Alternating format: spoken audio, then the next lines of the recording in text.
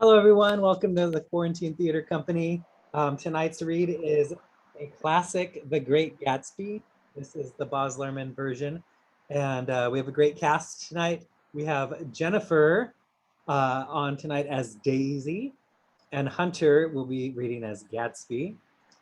Johnny will be Tom, and George is reading our scene description.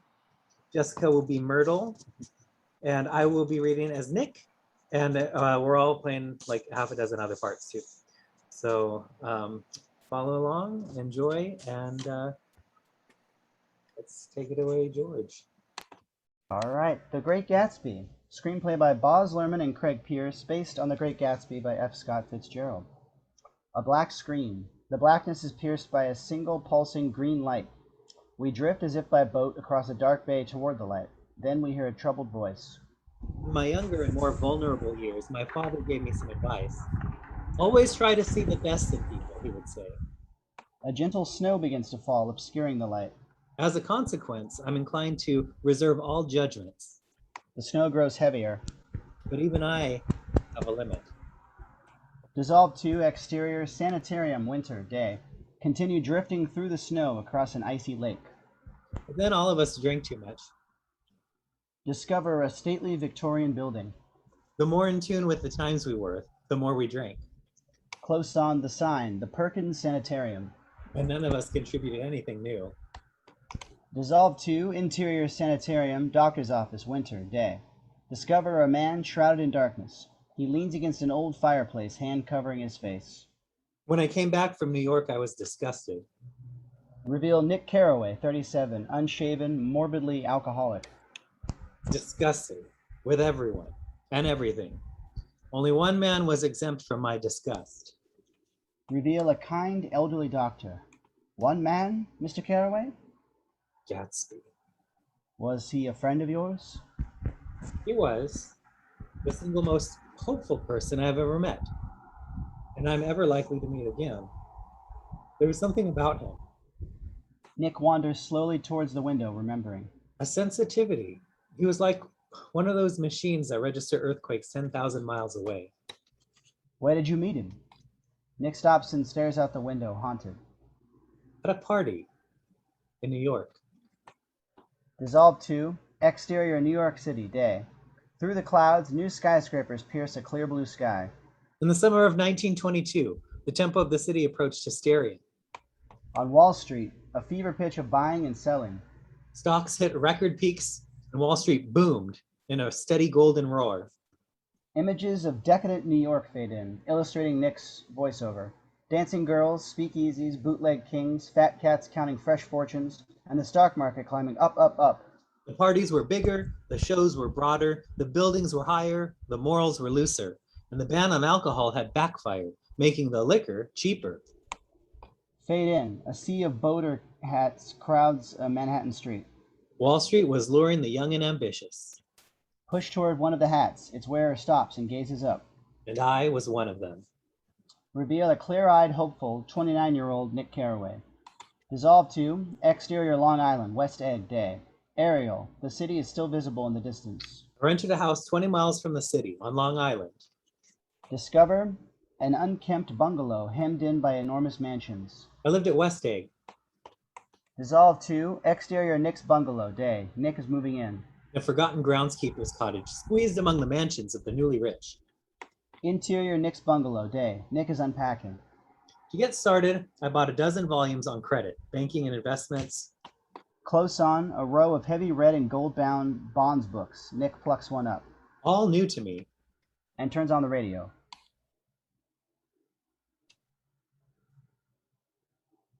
The stock market hit another record high today. Dissolve 2, interior Probity Trust Building, Nick's office, day. Countless identical gray-suited clerks yell into telephones. It's like picking up money in the street.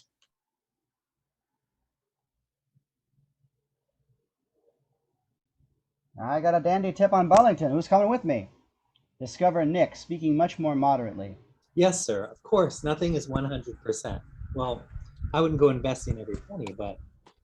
Dissolve 2, interior Nick's bungalow, day. Nick, still unpacking, eyes a mountain of unpacked books.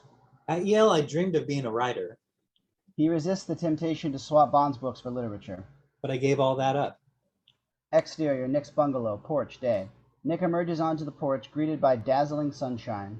With the sun shining and the great bursts of leaves on the trees, I plan to spend the summer studying, Nick sits and places his Bond's book in front of him. and I probably would have. When a woman's shriek startles him. Nick's POV. On the neighboring beach, a group of revelers are frolicking. A scantily clad girl waves and then disappears into the trees, drawing Nick's eye to his neighbor's house. Were it not for the riotous amusements that beckoned from beyond the walls of that colossal castle. Through dense foliage, Nick spies the mysterious spires and towers of the neighboring Gothic folly. Owned by a gentleman I had not yet met, named... In a high tower window, a curtain flutters ominously. Dissolved 2, interior sanitarium, doctor's office, winter, day. Close on Nick, still staring out the window. Gatsby. The doctor concludes. So, he was your neighbor? My neighbor? No, Gatsby was... Well, if I think about it, the history of the summer really began the night I drove over to my cousin Daisy's. Dissolved 2, exterior Nick's bungalow, late afternoon. High and wide, Nick's old Dodge disappears down the drive. She lived across the bay. Swoop across the bay towards exterior Buchanan mansion, late afternoon. An impressive Georgian mansion overlooks a quarter-mile of lawn that cascades down to a private polo field. An old money East egg. Bring, bring. We hear a phone ringing off-screen. Follow a polo player, Tom, as he gallops towards the house. Her husband was heir to one of America's wealthiest families. Bring, bring. Tom whacks the polo ball. His name was Tom Buchanan. The ball nearly hits one of Tom's gardeners. When we were at Yale together, he'd been a sporting star. Bring, bring. Tom dismounts and bounds up the stairs to the porch. But now his glory days were behind him, and he contented himself with other affairs. Tom aggressively grabs the telephone from Henri, the butler, and turns, revealing an imposing, hard-mouthed man of 30. I thought I told you not to call me here. Pull focus. Tom sees a servant escort Nick along the balcony. Clunking down the receiver, Tom strides towards Nick and grasps his hand with overbearing strength. Shakespeare, how's the great American novel coming? Oh, I'm selling bonds now, Tom, with Walter Chase's outfit. Never heard of him. Tom slaps Nick with irritating heartiness. Hey, what say after dinner we go into town? Can't. Catch up with the old wolf pack. Big day on the job tomorrow. Nonsense, you're going. Interior Buchanan Mansion, Hall of Champions, late afternoon. Tom leads Nick down a grand hall lined with the trophies that chronicle Tom's infinite sporting achievements. First team, All-American. Tom admires his own achievements. You see, made me who I am today. Tom pulls his favorite trophy from the cabinet. Here, Forest Hills. I played the Prince of Wales. What a sis. Tom exchanges the trophy for a football. Well, I have something you dominate, Nick. He pelts Nick with the ball. If you're any good. Nick fumbles as Tom charges him. Ha Tom tackles Nick, knocking him back through a pair of vaulting doors and into interior Buchanan Mansion's salon, late afternoon. A shimmering, sun-dazzled room in which enormous white curtains whip and snap in the breeze. Close on Nick, frozen, awestruck. We hear the giggle of naughty children. Boom! As the front doors shut and the curtains fall, a beautiful white hand rises from behind the couch, and with it a low, thrilling voice. Oh, Nikki, is that you, my lovely? Suddenly, 23-year-old Daisy Buchanan appears from over the back of the couch. Her bright eyes and passionate mouth are framed by a strawberry blonde bob. Close on Daisy, captivating. Daisy Buchanan, the golden girl. A breathless warmth flowed from her. A promise that there was no one else in the world she so wanted to see. She whispers dramatically. Do they miss me in Chicago? Oh yes, about a dozen people send their love. How gorgeous. They're absolutely in mourning. They're crying. No. They're wailing. No. They're screaming. They're shouting. No. Daisy Buchanan, we can't live without you. I'm paralyzed with happiness. Daisy takes Nick's hand and squeals with childish glee as she drags him over the sofa and onto his back on the floor. He stares up, and a mysterious, athletic girl glares back. This is 22-year-old Jordan Baker. Baker, a very famous golfer. Close on Nick. The blood drains from his face. She was the most frightening person I'd ever seen. Nick rights himself and extends his hand. I've seen your face on the cover of Sporting Life, Nick Carraway. But Jordan merely yawns and stands. We get a good look. But I enjoyed looking at her. I've been lying on that sofa for as long as I can remember. Daisy turns to Nick with scandalous delight. I know. This summer I'll sort of just fling you and Jordan together. As Tom prepares drinks at the bar, he glances skittishly at a white telephone set ostentatiously upon a marble pedestal. I'll push you into linen closets and out to sea in boats. I'm not listening to a word. Irritated, Tom turns to Nick. Nick, Daisy tells me you're over at West Egg, throwing your lot in with those social climbing, primitive, new money types. Well, my little shack is cardboard box at $80 a month. Your life is adorable. Jordan toys with a golf club and speaks with bored contempt. I know somebody in West Egg. I don't know a single. Jordan turns dramatically. Oh, you must know Gatsby. Daisy, a sharp intake of breath. Gatsby? Close on Daisy as she struggles to control rising emotion. What Gatsby? Before anyone can reply, Henri announces, Madame, le dinner est servi. As Jordan whacks a golf ball into a makeshift cup, a trophy on the floor, waiters sweep open the doors and the curtains flutter up again. Dissolve 2, exterior Buchanan Mansion, terrace, night. Daisy, Nick, Jordan, and Tom sit at a long, sumptuously laid table. Food, wine, laughter, smoking. Dissolving abstractly through fragments of conversation. Would you like to hear a family secret? It's about the butler's nose. Things went from bad to worse.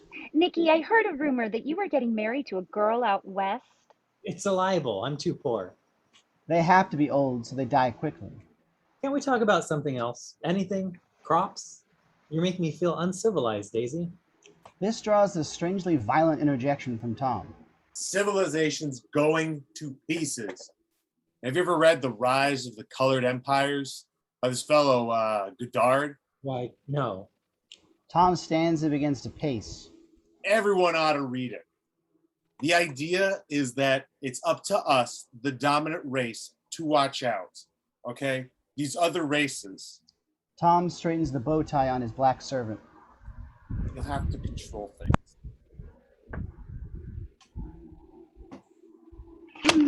Tom's been very profound lately. He reads deep books with long words in them. It's been proved. It's scientific. We've got to beat them down. Suddenly, bring the telephone. All freeze. Another ring. Bring. Excuse me, I'll be right back. He goes inside. An embarrassed moment. Suddenly, Daisy throws her napkin down. I'm sorry. She follows Tom into the house. Nick, at a loss, turns to Jordan. Well, this Mr. Gatsby you spoke of is my neighbor. Shh! Don't talk. I want to hear what happens. A subdued, impassioned murmur is audible in the room beyond. Is something happening? I thought everybody knew. I don't. Tom's got some woman in New York. Got some woman? She might have the decency not to telephone at dinner time, don't you think? Almost before Nick has grasped her meaning, the doors bang open and Tom and Daisy return to the table. I just love seeing you at my table, Nikki. You remind me of a rose, an absolute rose. Doesn't he? I'm not even faintly like a rose. So, after dinner, Nick wanted to go into town, right, Nick?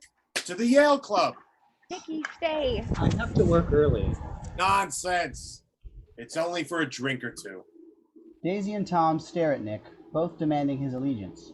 Suddenly, the telephone rings again. Bring! Again, all freeze. Bring! Pushing on Daisy as the telephone continues to shriek. None of us could ignore the fifth guest's shrill metallic urgency. Dissolve 2, exterior Buchanan Mansion, balustrade later. Servants clear. Jordan and Tom retire to the salon as Nick and Daisy stroll down towards the water, and Daisy confides. Oh, Nikki. What? It's just, well, you see, I think everything's terrible anyhow. You know, I've been everywhere and seen everything and done everything, and I've had a very bad time, Mckee. I'm pretty cynical about everything. Daisy gazes melancholic across the bay, in awkward silence. Nick tries to change the subject. Your daughter, I suppose she talks and eats and everything? Hammy? Oh, yes. Daisy leans on a stone balustrade and gazes down toward the dock where a green light glows in the velvet dusk. Listen, Nick, when she was born, Tom was God knows where with God knows whom, and I asked the nurse if it was a boy or a girl, and she told me it was a girl, and I wept. All right, I said. I'm glad it's a girl, and I hope she'll be a fool. It's the best thing a girl can be in this world, a beautiful little fool. She breaks off and looks at Nick with that smile of hers. All the bright, precious things fade so fast. And as a sad, sweet underscore plays, we push out over the water and across the bay toward Gatsby's castle. And they don't come back. Exterior Gatsby's castle, dock, night. We discover at the end of Gatsby's dock a man. His dark silhouette is cut against the paler black of the night sky. In the distance behind him we see headlights. It's Nick, pulling up at his bungalow. Exterior Nick's bungalow, night. Nick gets out of his car. He stops. Through the trees he can see the man gazing intently across the bay. When I arrived home, I noticed that a figure had emerged on my neighbor's dock, Nick goes closer and watches the man. and something told me it was Mr. Gatsby. The man reaches out. He seemed to be reaching towards something out there in the dark. A green light on dock pulses in the distant darkness. Dissolved to Interior Sanitarium, Doctor's Office, winter, night. Nick, troubled. The green light. Green light? Nick struggles with a painful memory. I don't want to talk about this, Doctor. Nick breaks off, and after a very long silence, he admits, I can't talk about this. Then write about it. Right?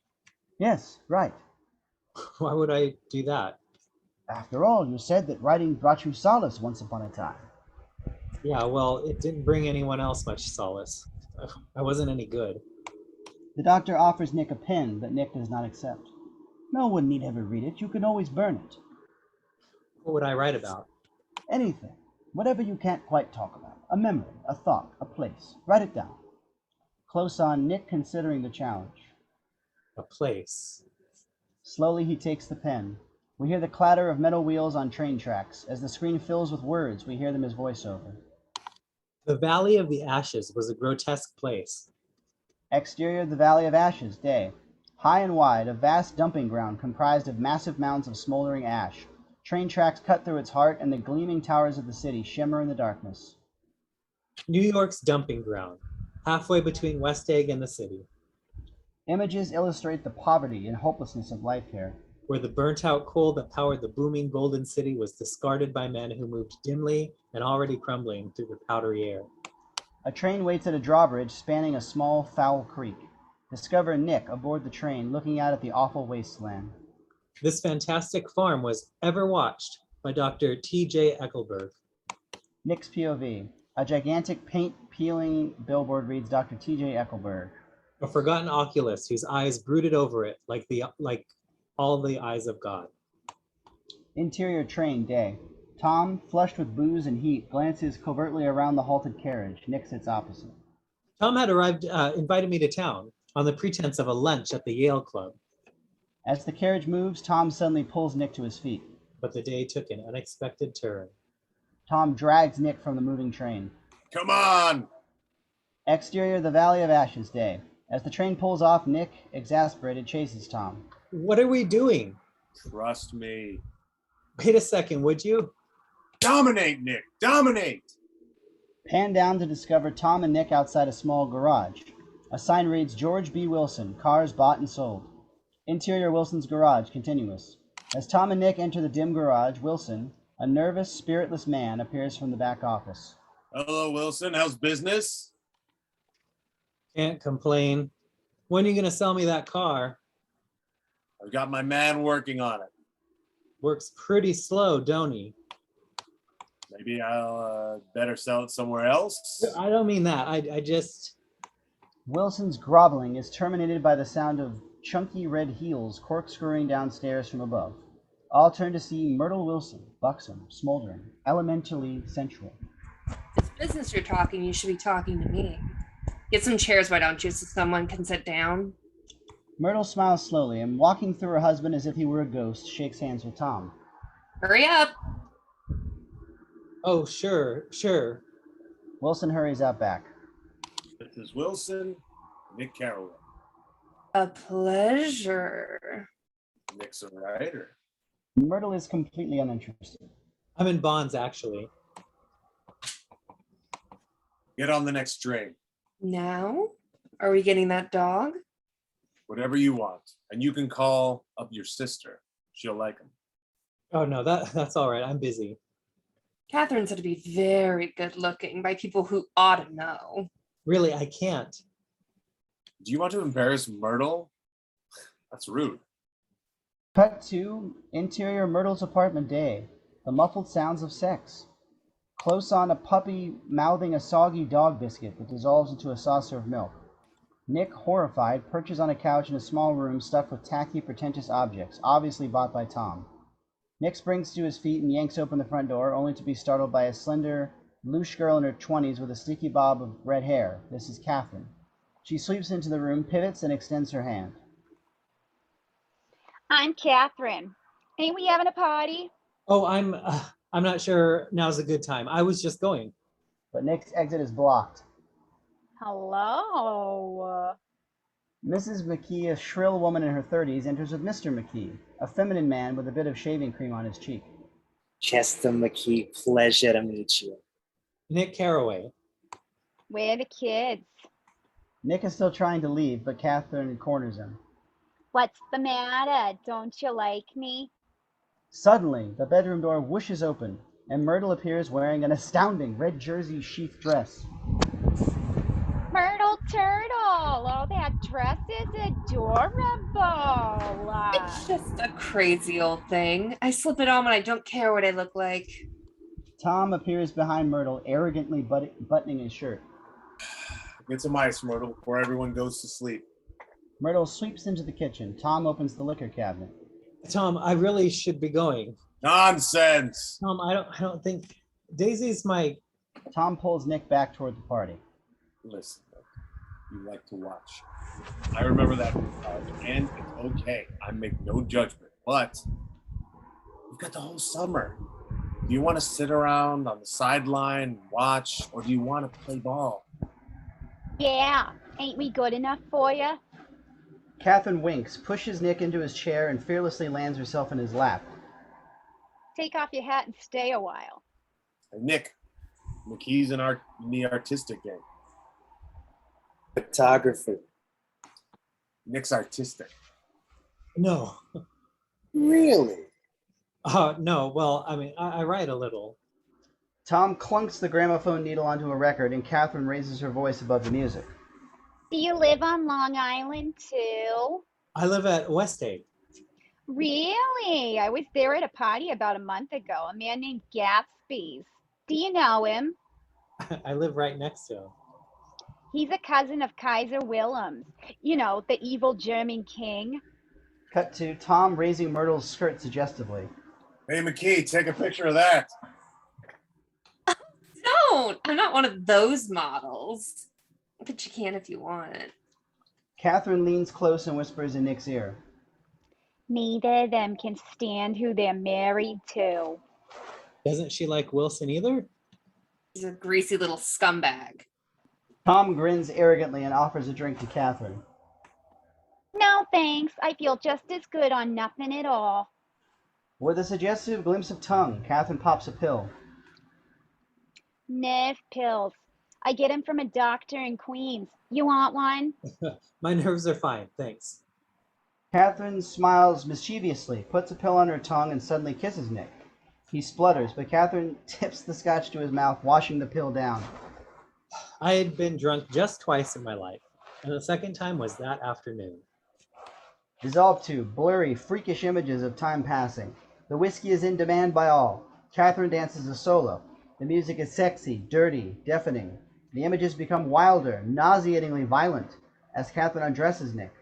That night, in the hidden flat that Tom kept from Myrtle, We were buoyed by a sort of chemical madness, a willingness of the heart that burst thunderously upon us all. And suddenly, I began to like New York. As the puppy sits on the table, groaning faintly through the smoke, Myrtle suddenly springs to her feet. I've got to get a massage and a wave and a collar for the dog and one of those cute little ashtrays where you touch a spring and a wreath with a black silk bow from Mother's grave. Pivoting through the smoky air, Myrtle begins to strip. My dear, I'm giving you this dress.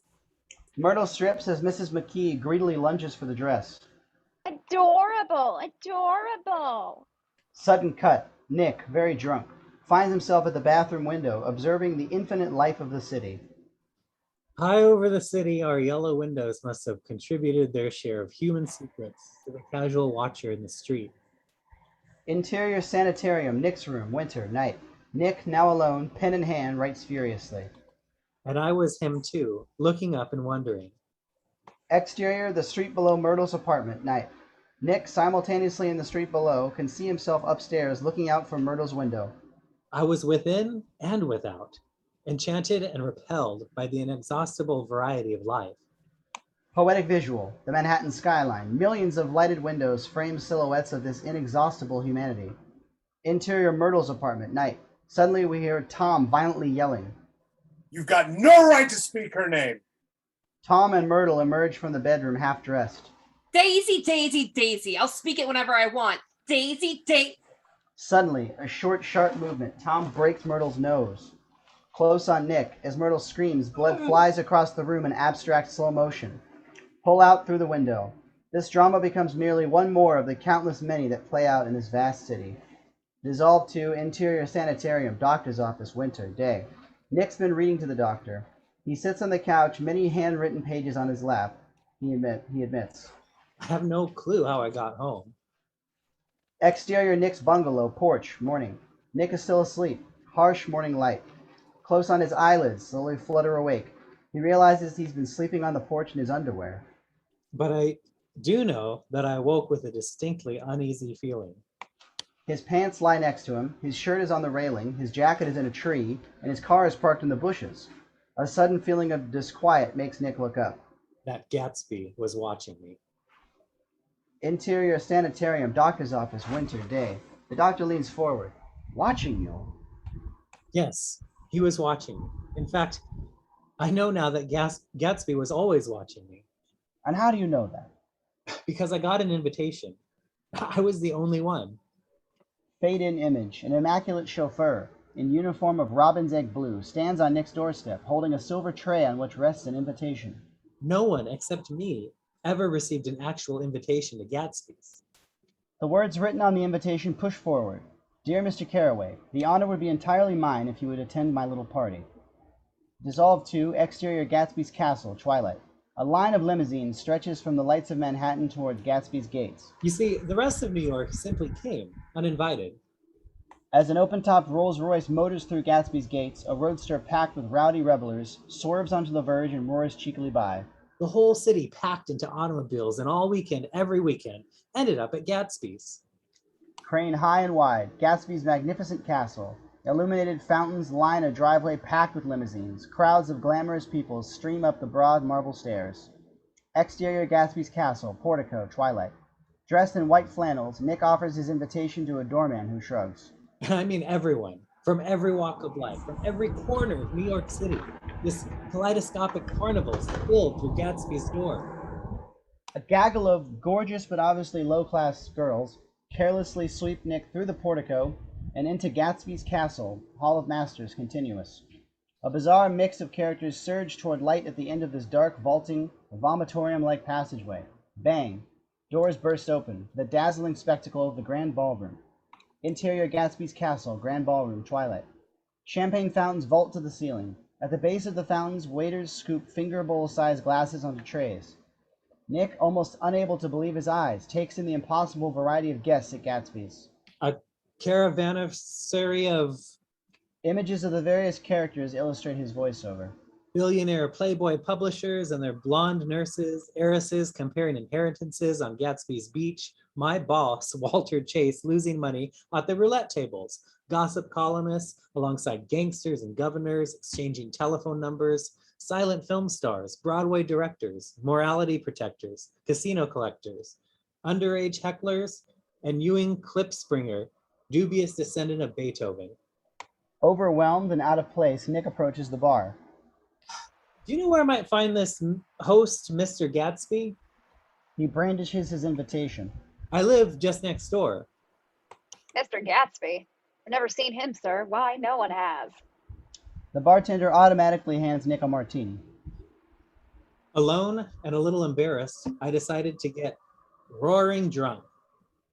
He downs the martini in one gulp, steps over an even drunker guest, who collapses at his feet and makes his way out to exterior Gatsby's castle, terrace, twilight.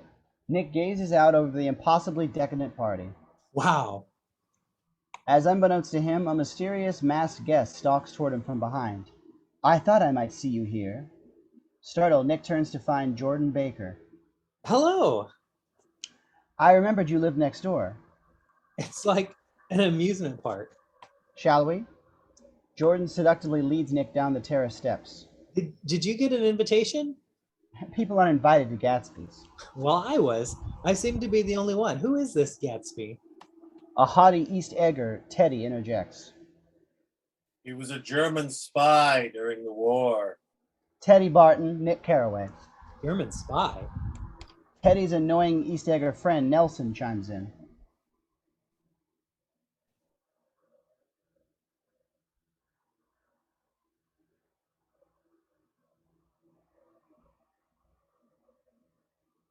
Well, he's already richer than God.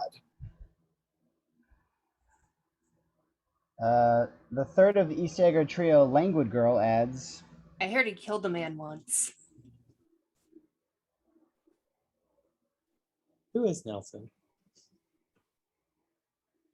Oh, I guess I didn't sign it. Okay, I'll read Nelson. It's true. You look at him sometimes when he thinks no one's watching. I'll bet he killed a man. Kills for fun, free of charge. Well, he's already richer than God. Nick turns to Jordan, an alarmed whisper. You don't believe he killed a man, do you? Let's go find him, and you can ask him yourself. As the dance floor erupts and world-famous dancer Gilda Gray is announced, Jordan leads Nick off. Interior Gatsby's castle, grand ballroom, evening. Music feverishly builds. As Nick and Jordan bound up a winding staircase, Jordan teases seductively. Oh, Mr. Gatsby, shall I lead you into his clutches? Interior Gatsby's castle, library, evening. Bang! Nick and Jordan explode into a dark room. A stout, middle-aged man wheels to them with unsettling intensity. Won't find him. He plucks 2 finger bowl-sized cocktails from a row lined up on the table and hands them to Nick and Jordan. This house and everything in it are all a part of an elaborate disguise. But Mr. Gatsby doesn't exist. Phooey, I've met him. Which one? The prince? The spy? The murderer? Murder?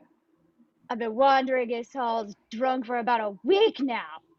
But no matter where I look, I can't find anyone who knows anything real about Mr. Gatsby. Well, I don't care. He gives large parties, and I like large parties. They're so intimate. At small parties, there isn't any privacy. But if it's true, what's all this for? That, my dear fellow, is the question. Owl Eyes looks to the window, and Nick and Jordan follow his gaze to Gatsby's garden. Whereas the band hits fever pitch and twilight becomes night, the party has begun. Exterior Gatsby's castle, pool, night.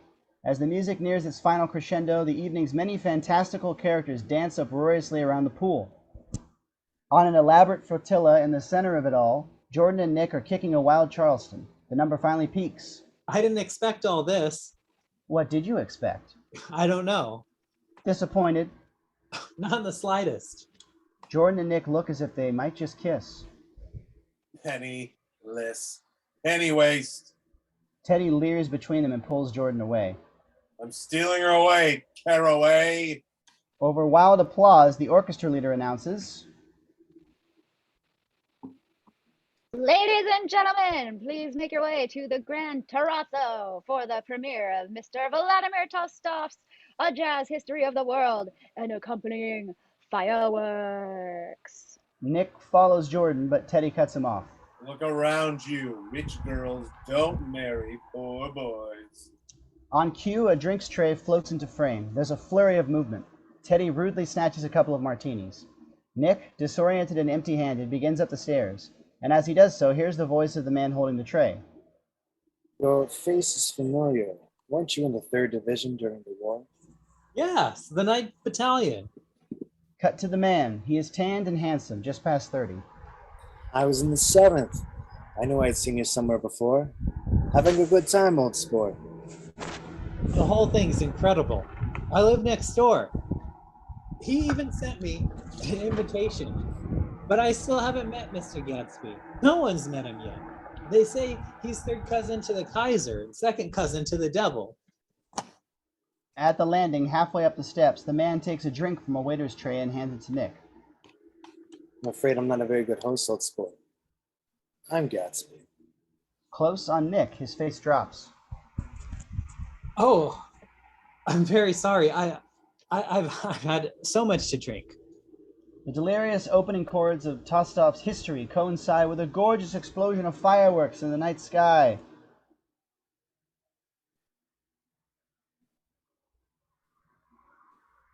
I thought you knew, old sport. Gatsby smiles a dazzling smile. Sound fades to a serene hum. His smile was one of those rare smiles that you may come across 4 or 5 times in a life. It seemed to understand you and believe in you, just as you would like to be understood and believed in. All at once, the bubble bursts. A silver-haired, 50-ish man in an immaculate tail suit, Herzog leans into Gatsby. Excuse me, sir. Chicago on the wire. Gatsby nods, but before he departs, he smiles at Nick. I'm trying out my new hydroplane in the morning. Why don't you go with me, old sport? Nick shakes himself from his reverie. What time? Anytime that suits you. Gatsby turns and catches for the first time Jordan. Lovely to see you, Miss Baker. He kisses her lightly on the hand. If you need anything, just ask for it, old sport. I will rejoin you later. Excuse me. As Nick watches Gatsby walk away, he whispers with amazement. I expected him to be, Old and fat. well, yes. Young men don't just drift coolly out of nowhere and buy a palace on Long Island. He told me once he was an Oxford man. However, I don't believe it. Why not? I don't know. I just don't believe he went there. Jordan is interrupted by a voice. I beg your pardon? She and Nick jump to find Herzog suddenly beside them. Miss Baker, Mr. Gatsby would like to speak with you. Alone. Me? Yes, madam. As Vladimir Tostov's erotic, ominous chords build, Jordan crosses the now empty dance floor toward the silhouette of Gatsby in the library window. Nick, unsettled, watches her go. Dissolved 2, interior Gatsby's castle, map room later. Alarmingly drunk girls sprawl at the feet of the grand piano. Klipspringer plays, a weeping woman attempts to slur along. And as a dejected Nick passes them toward the front stairs, the library door opens and Jordan emerges alone. Seeing Nick, she rushes to him. Nick, I've just heard the most shocking thing. It all makes sense. Teddy and the other East Eggers accost Jordan. Where have you been? The car's waiting. Jordan is dragged out the door. Nick, on tender hooks, follows as Jordan calls back. Simply amazing. It all makes sense. It all makes sense. Exterior Gatsby's castle, night. The night is devolved into drunken mayhem as cars jam the driveway and intoxicated guests search for their vehicles. Nick chases Jordan down the marble stairs. What makes sense? Everything. But here I am tantalizing you. The East Eggers and Jordan pile into their limousine. Jordan, a mysterious smile as she leans out the window. And I swore I wouldn't tell. But Nick, I'm sorry, I swore I wouldn't tell. The car takes off and Nick is left staring, mystified. A voice startles him.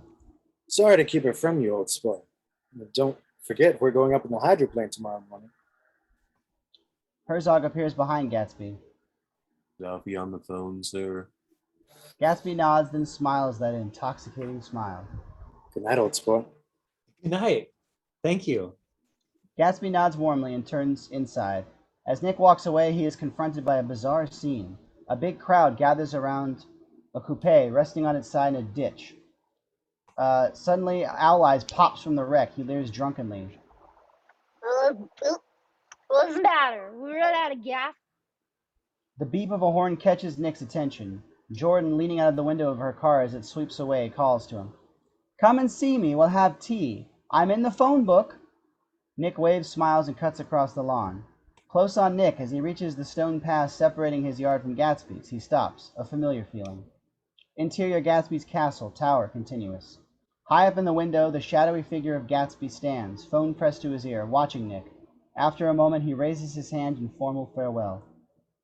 We rode in the hydroplane, and I attended 2 more of his parties, even made use of his beach. But I soon realized that I knew absolutely nothing about Gatsby at all, until... Interior Nick's bungalow, morning. Nick is eating breakfast, studying bonds, when his glass of orange juice begins to rattle and shake. Puzzled, Nick hurries to the window. Exterior Nick's bungalow, continuous. Gatsby's yellow Duesenberg hurtles up Nick's drive and skids to a stop. Nick emerges to his porch. Gatsby leaps out. It's pretty, isn't it, old sport? Haven't you seen it before? It's all a custom job. Supercharged engine. Get dressed. We're having lunch. Slam cut to interior, exterior Gatsby's car, Long Island countryside day. The Duesenberg whips and winds along a tree-lined road. Gatsby, beyond nervous, drives with reckless intensity. Oh, well, look here, old sport. What's your opinion of me anyhow? My opinion? Yes, your opinion. Gatsby yanks the wheel. Nick hangs on for dear life. I don't want you to get the wrong impression from all those bizarre accusations you must be hearing. Pack of lies, I assure you. You've heard the stories. Well... I'll tell you God's truth about myself. I am the son of some very wealthy people from the Midwest. Sadly, all dead now. I was brought up in America, but educated at Oxford because all my ancestors have been educated there for many years. You see, it's a family tradition. As Gatsby's speech continues at breakneck speed, Nick's voiceover fades up. The way he spoke. No wonder everybody thought he was lying. After that, I lived like a young prince in all the capitals of Europe. Europe? Barreling around a blind turn, Gatsby wrenches at the wheel and maniacally overtakes a truck laden with farmhands. Yes, Europe. Paris, Venice, Rome, Vienna, Zurich, Helsinki. Collecting jewels, chiefly rubies, hunting big game, painting, a little, things for myself mostly. And trying to forget something very sad that happened to me long ago. Pan up. The Duesenberg rockets forth. In the far distance, the lush green countryside seethes to the lifeless Valley of Ashes. Dissolve to interior, exterior Gatsby's car / the Valley of Ashes day. Gatsby hasn't stopped for breath. Then came the war, old sport. Just when I thought it couldn't get any more fantastical. It was a great relief, and I tried very hard to die, but I seemed to bear an enchanted life. He became a war hero, single-handedly defeating the German army. Close on Gatsby, he speaks with sudden, subdued emotion. There going before us, I took my machine gun, detached, and so far forward, we were outnumbered 5 to 1. There was a half-mile gap on either side of us where the infantry couldn't advance. We stayed there 2 days and 2 nights. 130 men with only 16 Lewis guns. Something catches Nick's eye. From Nick's POV, Myrtle Wilson pumps gas outside Wilson's garage. When the infantry came up at last, they found the insignia of 3 German divisions among the piles of the dead. Screech! Gatsby slams to a halt at the train crossing. I was promoted to major, and every Allied government gave me a decoration. Even Montenegro. Little Montenegro down in the Adriatic Sea. Slam! A medal is suddenly in Nick's lap. Here, that's the one from Montenegro. It looks authentic. Turn it. Major J. Gatsby for valor extraordinary. That's right. Slap! A photograph joins the medal. Here's another thing that I always carry, a souvenir of my Oxford days. The man on my left is now the Earl of Doncaster. Close on the photograph. Young men in blazers loaf in front of Oxford College. Gatsby stands with a cricket bat in hand. What could I say? The photograph was undoubtedly authentic. Could it all be true? Ding! The gate lifts. And as Gatsby peels out towards New York, he continues. Don't take my word for it. At lunch, I'm going to introduce you to one of New York's most distinguished businessmen, my friend, Mr. Meyer Wolfsheim, who will confirm all I've told you and vouch for my good character. Interior and exterior Gatsby's car, Astoria day. Gatsby weaves between the pylons of the elevated highway. I'm not sure that's necessary. Gatsby wheels to Nick, smiling with charming intensity. Oh, but it is, though. You see, I thought you ought to know something about my life. I don't want you to think I'm just some nobody. You see, old sport, I'm going to make a very big request of you today. A big request? Yes, Miss Baker will explain everything when you take her to tea this afternoon. Jordan? What's she got to do with it? I assure you it's nothing underhanded. Miss Baker's an honest sportswoman. She'd never do anything that wasn't all right. A shrieking police siren. Before Gatsby can continue, a motorcycle cop pulls up alongside.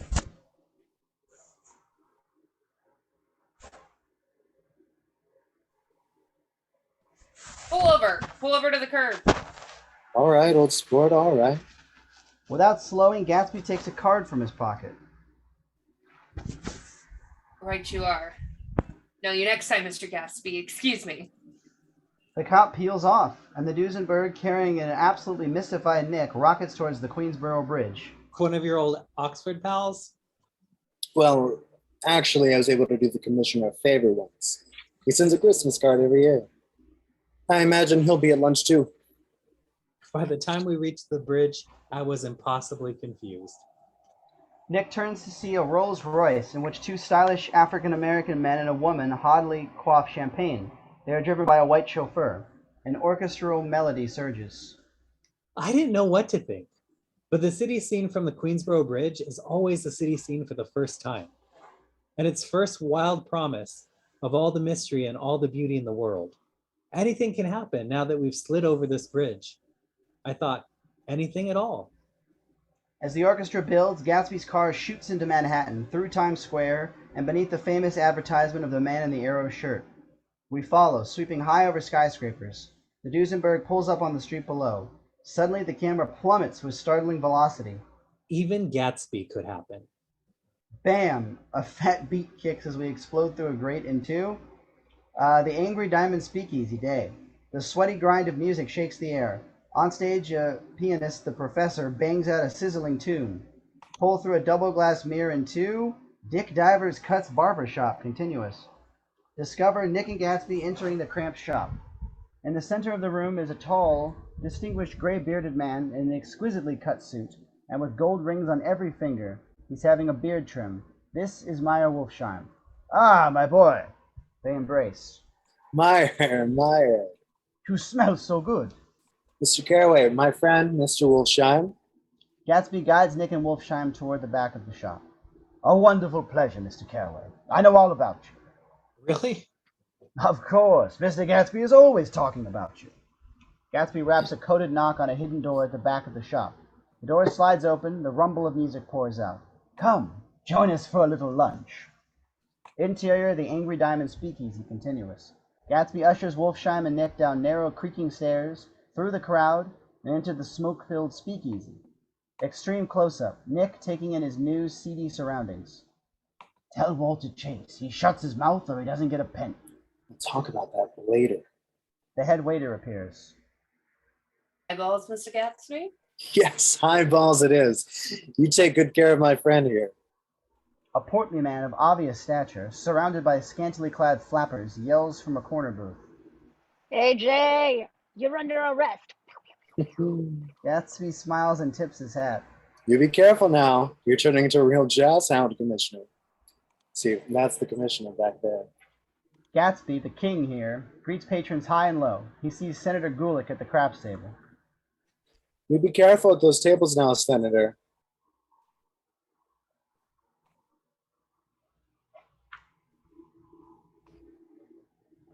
Of course, I'll put a bet on for you, Jay.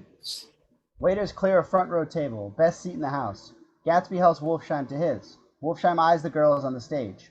Gatsby flashes Nick a charming smile. Shall we order? Lobster tails all around. They decorate it with truffle slices and fine herbs. Very artistic. Wolfsheim glances to Gatsby and then turns again to Nick. So, how is the bond business, Mr. Carraway? It's fine, thank you.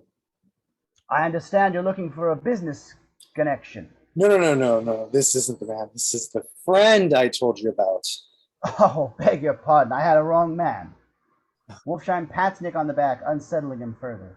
Gatsby, a quick glance to his watch, and Wolfsheim jumps up. Now, if you'll excuse me, I have to make that call. Meyer, do you mind? Gatsby leads Nick and Wolfsheim alone.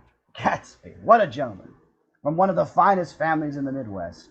Sadly all dead now. Let me tell you, when I made the pleasure of Mr. Gatsby's acquaintance just after the war, I knew I had discovered a man of fine breeding, a war hero.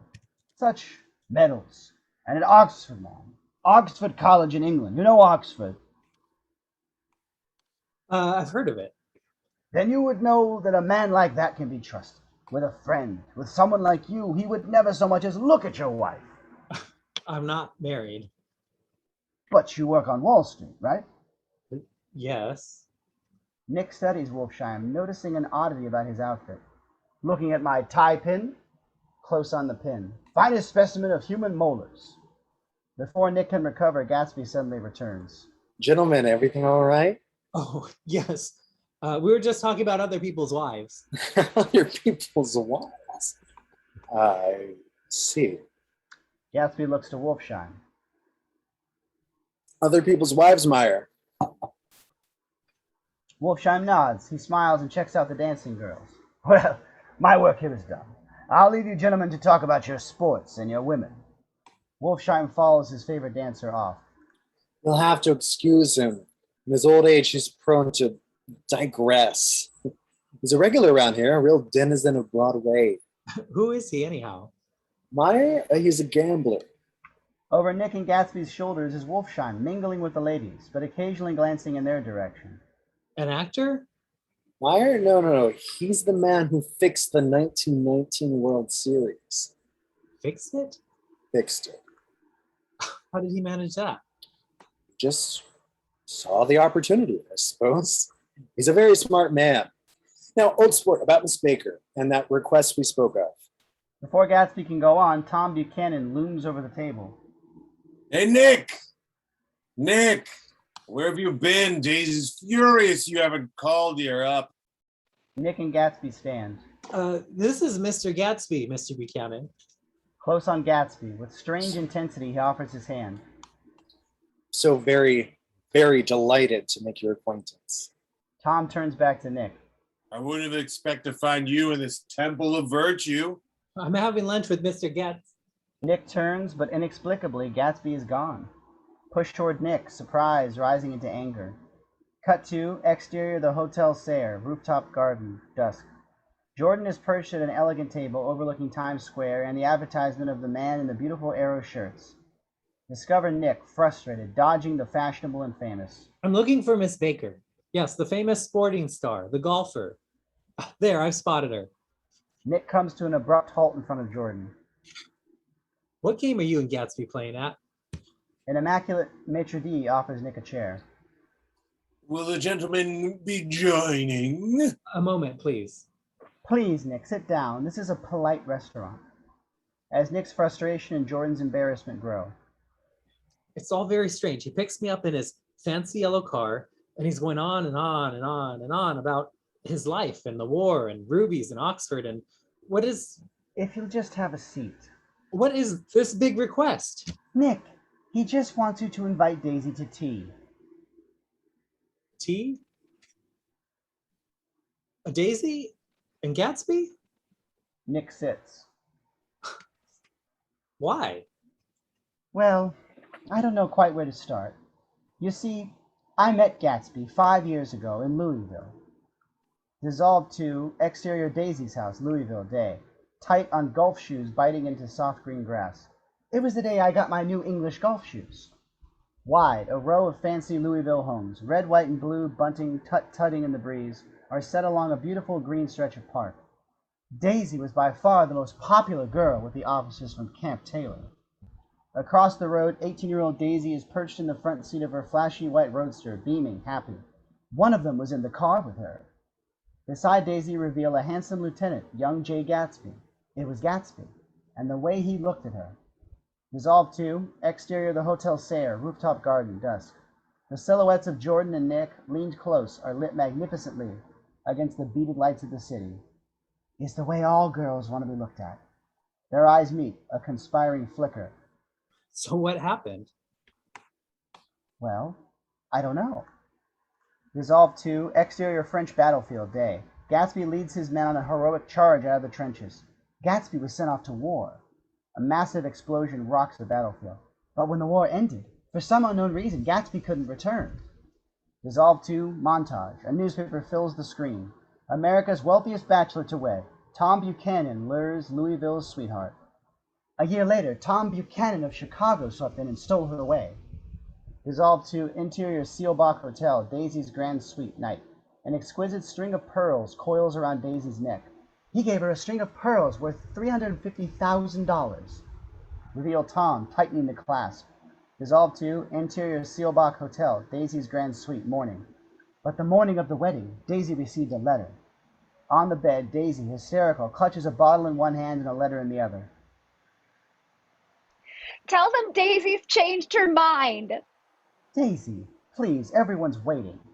Daisy reaches for the pearls around her neck. Give them back. Suddenly, Daisy tears the pearls and hurls them. They explode into 100 shimmering pieces against the hardwood floor. Cut to a set of stern white heels clicking down the hall. Reveal Daisy's hard-mouthed mother. What on earth is going on in here? Her mother's eyes land on the bottle and then the letter. Push in. The last line of the letter reads, Love, Jay. Leave me alone. Jordan, run the bath. Now. Resolve 2, interior Seelbach Hotel, bathroom, morning. In the bath, Daisy grips the letter in her trembling hands. What was in the letter? A deep breath, a last look, and then Daisy opens her hand. The letter comes to pieces like snow. I don't know. She wouldn't tell me. But before the letter disappears completely, we read one more line. The truth is, Resolve 2, exterior Louisville Church, front steps, late afternoon. Daisy and Tom, newly married, pose for photos. Anyways, that day at 5 o'clock, Daisy Fay married Tom Buchanan with more pomp and circumstance than Louisville had ever seen. Resolve 2, exterior Times Square, night. Jordan and Nick stroll beneath the soaring electric signs. After the honeymoon, I saw them in Santa Barbara. It was touching, actually. I'd never seen a girl so in love with her husband. A week later, Tom crashed his car. The girl with him was a chambermaid at the Santa Barbara Hotel. It got into all the papers. As Jordan and Nick approach the curb waiting for a cab, Nick turns to Jordan. He's struck by a sudden, puzzled thought. It's a strange coincidence, isn't it? Gatsby's house being just across the bay. Jordan whirls around. It's no coincidence. He bought that house to be near her. He threw all those parties hoping she'd wander in one night. He constantly asked about Daisy. I was the first one who knew her. Nick takes this in as if seeing Gatsby for the first time. All that for a girl he hasn't seen in 5 years? And now he just wants to have her for tea? The modesty of it. Kind of takes your breath away, doesn't it? A cab pulls up and Nick opens the door. Interior taxi continuous. Jordan slides in. Evening, sweethearts. Where to? Long Island, please. And you think I should? I mean, does Daisy want to see Gatsby? She's absolutely not to know. You're just supposed to invite her over so he can happen to drop by. Close on Nick, unsure.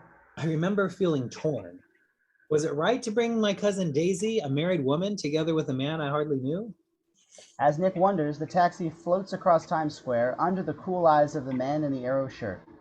Resolve 2, exterior dirt track to Nick's bungalow, night. Nick's taxi pulls past Gatsby's mansion, ablaze with light. When I returned home, Gatsby's was lit from tower to cellar, as if for another wild party, but there wasn't a sound. Exterior Nick's bungalow, night. As Nick's taxi groans away, Gatsby appears, striding through the illuminated trees towards Nick. Your place looks like the World's Fair, or Coney Island. That's it. I've just been glancing into some rooms. Hey, let's go to Coney Island, old sport. We can take my car. Oh, it's too late tonight. Or we could take a plunge in the swimming pool. I haven't made use of it all summer. I must go to bed. Gatsby looks crestfallen. Nick puts him out of his misery. Happy to do it, Jay. I'm going to call Daisy and invite her to tea. Oh, that's all right. I don't want to put you to any trouble. Day would suit you. What day would suit you? I don't want to put you in any trouble. Day after tomorrow, all right? Day after tomorrow. Well, I'd want to get the grass cut. They both look at the grass. There's a sharp line where Nick's ragged lawn ends and Gatsby's manicured one begins. There's another little thing. I thought, look here, old sport. You don't make much money, do you? Not really. If you'll pardon you see, I carry on a little business on the side, a sort of sideline. You understand what I'm saying, right? You're selling bonds, aren't you, old sport? Trying to. Well, this might interest you. It happens to be a rather confidential sort of thing, but you might pick up a nice bit of money. I've got my hands full. Gatsby's face falls. You wouldn't have to do any business with Wolfsheim, I assure you. No. It's a favor, Jay. Just a favor. Nick's sincerity disarms Gatsby. A tiny embarrassed nod. Happy to do it. Favor. Yes. As if no one has ever done him a favor before in his life. Right. Good night. Good night. With this, Gatsby turns and strolls back toward his blazing castle. Nick's gaze falls upon the unkempt lawn. He smiles. Dissolve 2, exterior Nick's bungalow, front lawn, day. Top shot. An enormous mower clatters through frame, carving Nick's unkempt lawn into a fresh, broad band of green. Reveal an army of gardeners giving Nick's lawn and garden a makeover. Fresh paint, new flowers, trimmed hedges. Dissolve 2, exterior Nick's bungalow, front lawn, the following day. Heavy rain now falls. Gatsby, dressed in white flannel suit, silver shirt, and gold tie, leads a dozen umbrella-holding servants across the lawn. Herzog holds an umbrella over Gatsby. The other servants shelter extravagant floral arrangements in crystal vases. Nick watches the parade through his window, opening his door just as Gatsby arrives. The servants continue inside. On the porch, Gatsby looks around distractedly. One of the papers said they thought the rain would stop about 4. I think it was the Journal. An awkward beat. The grass looks fine. Grass? Gatsby looks at Nick without really comprehending or seeing. What grass? Sudden cut to interior Nick's bungalow living room, day. Tight on, a mantelpiece clock ticking in the tense silence. Wider. The room is crowded with absurdly extravagant floral arrangements. Nick sits watching as Gatsby intensely paces. The silence stretches and stretches. Finally, Have you everything you need? Perhaps more flowers? I think they did a fine job, don't you? Beautiful. You think it's too much? I think it's what you want. I think so too. She'll be impressed, won't she, old sport? Well, I am. with this, Gatsby straightens his suit, sits, and hurriedly checks his watch. Another long silence. Pushing on Gatsby. Suddenly, he leaps to his feet. Can't wait all day. I'm leaving. Don't be silly. It's just 2 minutes to 4. But Gatsby heads for the door. Nobody's coming to tea. It's too late. Beep. Gatsby glimpses Daisy's Rolls Royce arriving out front and turns to Nick, flushed with fresh panic. It's her. Pushing on Gatsby, mind racing. Exterior Nick's bungalow, day. Daisy's chauffeur-driven Rolls pulls up in the muddy drive as Nick assists Daisy from the car. Is this absolutely where you live, my dearest one? She looks at him with a mysterious smile. Why did I have to come alone? Are you in love with me? That's the secret of Carraway Castle. Tell your chauffeur to go far away. Come back in an hour, Ferdy. His name is Ferdy. Interior Nick's bungalow, hall, day. Daisy continues ahead into the living room. Nick hangs back and listens hopefully to Daisy's reaction at discovering Gatsby. He smiles as he hears a delighted, Oh! Oh my goodness, I can't believe it. Did you ransack a greenhouse? Interior Nick's bungalow, living room, continuous. He is in love with me. Nick enters but is shocked to discover that Gatsby is not there. Daisy's merely been admiring the flower display. That's funny. What's funny? Knock, knock. Someone is at the door. 1 moment. Interior Nick's bungalow, hall, continuous. Nick opens the door. Gatsby, pale as death and soaked, glares miserably at Nick. What are you doing? Without a word, Gatsby stalks past him in two. Nick's bungalow, living room, continuous. Daisy, her back to the door, is still marveling at the flowers. Then she turns, sees Gatsby, a sharp intake of breath. The reunited lovers stand, staring at each other for a long, surreal moment of disbelief. Gatsby, eyes locked to Daisy's, is drowning in emotion. Daisy finally manages an artificial, choking murmur. I'm certainly glad to see you again. Gatsby's face is flushed. The veins stand out on his neck as his lips spasm in a hopeless attempt to speak. Finally, he finds words. Certainly glad to see you as well. Their hearts pound, the tension excruciating. Eek! The scream of a boiling kettle off screen breaks the tension. Cut to interior Nick's bungalow living room day. Gatsby reclines uncomfortably against the mantelpiece. His elbow rests near the mantelpiece clock. Daisy sits opposite, frozen on the edge of a chair. The rattle of the tea tray as Nick enters only contributes to the already unbearable tension. Gatsby manages to murmur. We've met before. Suddenly, the clock tilts at the pressure of Gatsby's elbow and falls and breaks. Sorry. He clumsily tries to repair the clock, but drops it again. It's an old clock. Lovely though, a lovely clock. Gatsby finally manages to set the clock back on the mantel. Gatsby takes a seat, a long, silent beat. We haven't met for many years. 5 years next November. The precision of Gatsby's answer is acutely embarrassing. Tea? Thank you, old sport. Darling, thank you. Nick pours, and they all sit stiffly, sipping their tea. A long, terrible silence. Suddenly, Nick stands. I just need to pop into town. Town? The village. I'll be right back. As Nick leaves, Gatsby follows. Got to speak to you. Interior Nick's bungalow, kitchen continuous. Wildly following Nick, Gatsby whispers miserably. God, this is a mistake. A terrible, terrible mistake. You're just embarrassed. That's all. Daisy's embarrassed too. She's embarrassed? Just as much as you are. Don't talk so loud. You're acting like a little boy. You're rude. Daisy's in there all alone, and Gatsby raises his hand, looks at Nick reproachfully, and heads back into the living room. Exterior Nick's bungalow continuous. Nick runs for a tree whose leaves shield against the rain. looking over my story so far, I'm reminded that for the second time that summer, Wide, Nick beneath the tree looks tiny and very alone. I was guarding other people's secrets. Interior Nick's bungalow, living room, day. Later, Nick re-enters, bed-raggled, rain-soaked. Once again, I was within.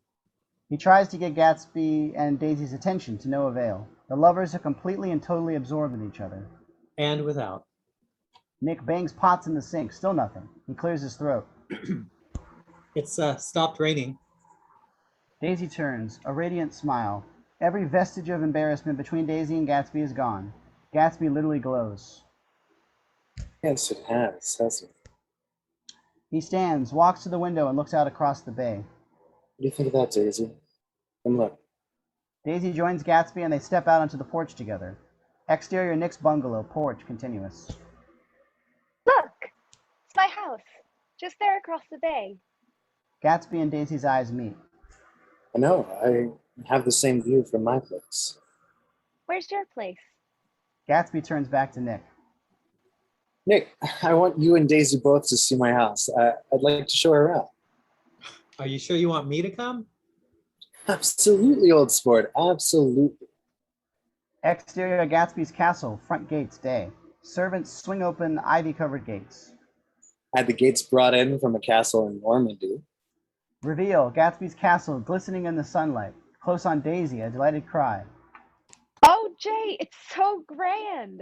Do you like it? I love it. But how do you live here all alone? I don't. I keep it always full of interesting, celebrated people. As Daisy runs ahead, Gatsby murmurs to Nick. My house looks swell, doesn't it? See how the whole front catches the light like that? Daisy yells back. Come on, you two. I want the royal tour. Exterior Gatsby's castle, gardens, day. Gatsby has transformed into a good-natured show-off, hurrying Nick and Daisy through a maze of fantastical gardens, past magnificent fountains and into his castle. Interior Gatsby's castle, kitchen, day. Gatsby shows off his brand new orange juicer. You must understand, I like all things that are modern. Daisy readies a cocktail shaker beneath the spout of the giant silver orange juice machine. If you press this button here, the oranges shoot through here, crush there. The juice of 200 oranges extracted in 1 hour. Gatsby presses. The machine groans and juice splashes out. Dissolve to exterior Gatsby's beach. Diving pontoon. Late afternoon. Daisy, Nick, and Gatsby drunkenly drive golf balls out toward the bay. Nick films on the world's first home camcorder. Pause. Sorry. It's a remarkable little camera, latest design. While nearby, a butler in a boat stands watch over a spinning gramophone and bottles of champagne. You do know I'm a champion golfer, don't you? Here, I'll show you how it's done. Crack. Daisy cuts a marvelous swing, snapping a club in two. She falls into Gatsby's arms. Nick films. She looks like she could be on the cover of Vogue, don't you think? Dissolve to interior Gatsby's castle, grand ballroom, early evening. Gatsby and Nick trail behind Daisy, crossing the ballroom. Daisy, champagne in hand, spots the soaring ballroom organ. Oh, it's beautiful. It's a custom Wurlitzer. Can anyone play it? Lipsringer can. Is someone awake oohing? Daisy twirls around, overjoyed. Music, and we can dance all night. Wing's a symphonic genius. He can play anything. Daisy runs up the stairs and calls down. Then I demand Charleston. Gatsby gazes up after Daisy and confides in Nick. She makes it look so splendid. Don't you think, old sport? Dissolve to interior Gatsby's castle, Gatsby's bedroom, evening. Nick and Daisy follow Gatsby into the bedroom. Gatsby bounds ahead, starting up a spiral stair. He throws open a massive cabinet, revealing a prism of suits, dressing gowns, watches, and ties. I've got a man in England who buys me clothes. He playfully tosses Daisy a boater hat. Something for the lady. Then he begins yanking down shirts and tossing them over the rail to Daisy. I've never seen anything like it. Sends over a selection at the beginning of each season. Jay! With ever-increasing enthusiasm. These are silk, linen, Indian flannel, Egyptian cotton. Daisy, intoxicated, leaps on the bed, arms outstretched. No, Jay, you'll ruin him. Nikki, he's a madman. More and more and more shirts float down, the rumble of distant thunder. Close on Daisy. Time slows as shirts flutter like giant snowflakes down toward her. Slowly, quietly, her mirth transforms to sobs. She hides her face in shirts. Gatsby eases down the stairs and nestles beside Daisy, taking her tear-streaked face in his hands. What is it? It just makes me sad because Daisy glances in Nick's direction. Why? A suspended moment. Daisy is incapable of speaking her heart. 5 years lost, struggled on Daisy's lips. But all she could manage was, it's just because I've never seen such beautiful shirts before. If it wasn't for the mist, we could see the green light. What green light? The one that burns all night at the end of your job. As Gatsby and Daisy stare out across the bay, possibly it had occurred to Gatsby that the colossal significance of that light had vanished forever. Now it was once again just a green light on a dock. His count of enchanted objects had diminished by 1. Nick, impelled to remind Daisy and Gatsby of his presence, emerges from the shadows and descends the spiral staircase. He holds a photo of an elderly man in a yachting costume. Who's this, your father? No, that's Mr. Dan Cody, old sport. He's dead now. He used to be my best friend years ago. Daisy joins Nick at the bottom of the steps. In the photo with Cody, also in yachting costume, is a young Gatsby. You never told me you had a pompadour or a yacht. Gatsby hastily plucks a scrapbook from a row on his desk. I want to show you something. Look, there's a lot of clippings about you. They admire a scrapbook together. You saved my letters. This was my first photo of you. As Daisy flips through and pulls out an old letter of hers, we hear her reading the letter in abstract voiceover. We can't lose each other and let all this glorious love end in nothing. Come home. I'll be here waiting and hoping for every long dream of you to come true. Come home, Jay. Ring! The phone shrills. Excuse me. Gatsby crosses the room, snatches up the receiver, and turns away. He lowers his voice. I can't talk now, old sport. As the timbre of Gatsby's voice darkens, we push closer. It's at a small town. Extreme close-up, Gatsby's eyes narrow. You must know what a small town is. Boom! A storming wind bangs open the French windows. As Nick moves to shut them, he glimpses Gatsby. Well, he's no use to us if Detroit is his idea of a small town. Gatsby rings off abruptly and catches Nick's eye, a tense moment, which Gatsby banishes with that electrifying smile. We hear the distant, jaunty sounds of a pipe organ. Ah, Clipspringer! You must be awake. Shall we? Interior Gatsby's castle, grand ballroom, dusk becoming night. Daisy, wearing a flowing robe and heels, dances a Charleston with Nick. An elaborate picnic, complete with candelabras and a mountain of cushions, is laid out on the floor. There Gatsby sits, looking on, flushed with joy. Slowly, though, Gatsby's expression turns introspective. As he watches Daisy dance, memories flood back to him. Dissolve to flashback. An array of memories and images dissolve one into the other. Gatsby and Daisy, 5 years ago, about to kiss. A handwritten letter, a gathering storm, the green light. Dissolve to interior Gatsby's castle, grand ballroom, night. Hundreds of candles flicker in patterns. As a slow, melancholic waltz plays, Gatsby and Daisy dance in rapture. I wish I had done everything on earth with you, all my life. Gatsby holds her closer. I wish that it could always be like this. We will be. Across the room, Nick, exhausted and drunk and unnoticed, stands to leave. At the ballroom doors, he turns back and glimpses Gatsby and Daisy in a universe all their own. If only it had been enough for Gatsby, just to hold Daisy. The towering doors close. Dissolve to interior Gatsby's castle, bedroom, night. Gatsby stands at his window, staring into the night. But he had a grand vision for his life, and Daisy's part in it. Dissolve to interior sanitarium, Nick's room, end of winter, dusk. Nick is writing at his desk. It wasn't until the end of that summer, on the last night I saw Gatsby, that he told me of the life he had dreamt of for himself since he was a boy. Interior sanitarium, doctor's office, end of winter, dusk. Nick stops his reading and very slowly admits. You see, Doctor, Gatsby's real name was James Gatz. Dissolve to interior exterior North Dakota farm hut, day. Push toward a dilapidated hut, shrouded in a storm of dust. His parents were dirt poor farmers from North Dakota. Discover young Gatz, barefoot, at a dusty desk, surrounded by tattered books, strange charts, and lists. He's practicing his signature. But he never accepted them as his parents at all. Young Gatz turns from his writing and looks through a hole in the roof towards the infinite heavens. In his own imagination, he was a son of God, Close on the little boy looking up at camera. destined for future glory. Dissolve to exterior North Dakota, prairie, night. The silhouette of teenage Gatz, now 16 years old, disappears into the hills. Chasing this destiny, a 16-year-old Gatz ran far, far away. Dissolve to exterior Lake Superior, late afternoon.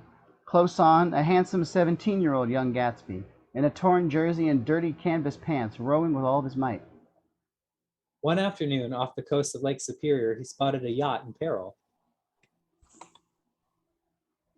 Young Gatsby lets the rowboat drift close to a magnificent yacht. Wind is whipping whitecaps on the bay. He rowed out and rescued the vessel and its captain, alcoholic millionaire Dan Cody. The bleary face of Dan Cody appears at the yacht's railing. What's the matter? Cody is very drunk. Young Gatsby calls urgently. Sir, the shoal here's real bad. This wind could drag you until... Cody waves a dismissive arm. What do you think you're doing? Old sport? He collapses, dead drunk. Push in on young Gatsby, a plan forming. This was his opportunity, and he seized it. Springing into action, he clambers onto the yacht. I decided right then and there to call myself Jake Gatsby. Dissolve to exterior Cody's yacht, late afternoon. Young Gatsby hoists the sail as the storm rages around him. He sailed the yacht out of danger and into his future. Dissolve to exterior Cody's yacht, day. A perfect sunny day. Young Gatsby and Cody are sailing. Gatsby showed skill and ambition, and for 5 years they sailed the world. He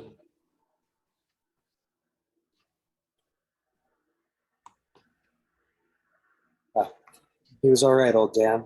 He taught me everything. Dissolve to interior clothing store, day. Young Gatsby, now transformed, models a suit in the mirror. How to dress, act, and speak like a gentleman. He looks squarely at himself and repeats a mantra. Gatsby, J. Gatsby. A pleasure to meet you, sir. Gatsby, J. Gatsby. Gatsby. J. Gatsby. Resolve 2, exterior Cody's yacht day. Young Gatsby stands at the bow as the yacht cuts across the clear blue ocean. He turns to Cody and calls. She looks well, doesn't she? Hold sport. High and wide, the yacht sails toward the golden sun. Gatsby hopes to inherit Cody's fortune, but when Cody died, Gatsby was cheated out of his inheritance by Cody's family. He'd been left with an ability to play the gentleman, but he was once again dirt poor. Slam cut to newspaper montage. Piles and piles of New York City newspapers swirl rapidly toward camera, and we read their headlines. Gatsby's staggering wealth, money, money, money. By midsummer, Gatsby was front page news. Gatsby buying our city? Investment monopoly fuels concerns. Jay cashes in. Gatsby strikes Wall Street gold. Gatsby invests in skyscrapers. Jay pays for everything. Parties, galas, parks, schools. Wall Street's king, meet Jay Gatsby. A final newspaper covers frame. Where's the money from? Mystery millions spark wild rumors. We push toward the paper and dissolve toward exterior Gatsby's castle, night. Another glittering party. Where did the money come from? Fade in, decadent, grotesque images of drunken revelers. That's what all of New York wanted to know. And it was the same question on Tom's mind when he accompanied Daisy to one of Gatsby's glittering parties. Discover Gatsby leading Tom, Daisy, and Nick to the top of the terrace stairs. Exterior Gatsby's castle, terrace/dance floor, night. We've got a great band here. Have a look around. Excuse me. He turns briefly to talk to Senator Gulick. A lot of these newly rich people are just filthy bootleggers. Not Gatsby, he's a businessman. Ha! Businessman. He owned a lot of drugstores. Gatsby gracefully introduces Senator Gulick to the group. May I introduce Senator Gulick? This is Mr. Carraway and Mrs. Buchanan. Delighted. Oh, and Mr. Buchanan, the polo player. Oh, not me.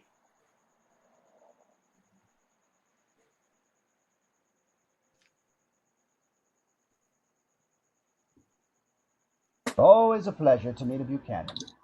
Gatsby bids the senator farewell while Tom glowers to Daisy. I'd rather not be the polo player.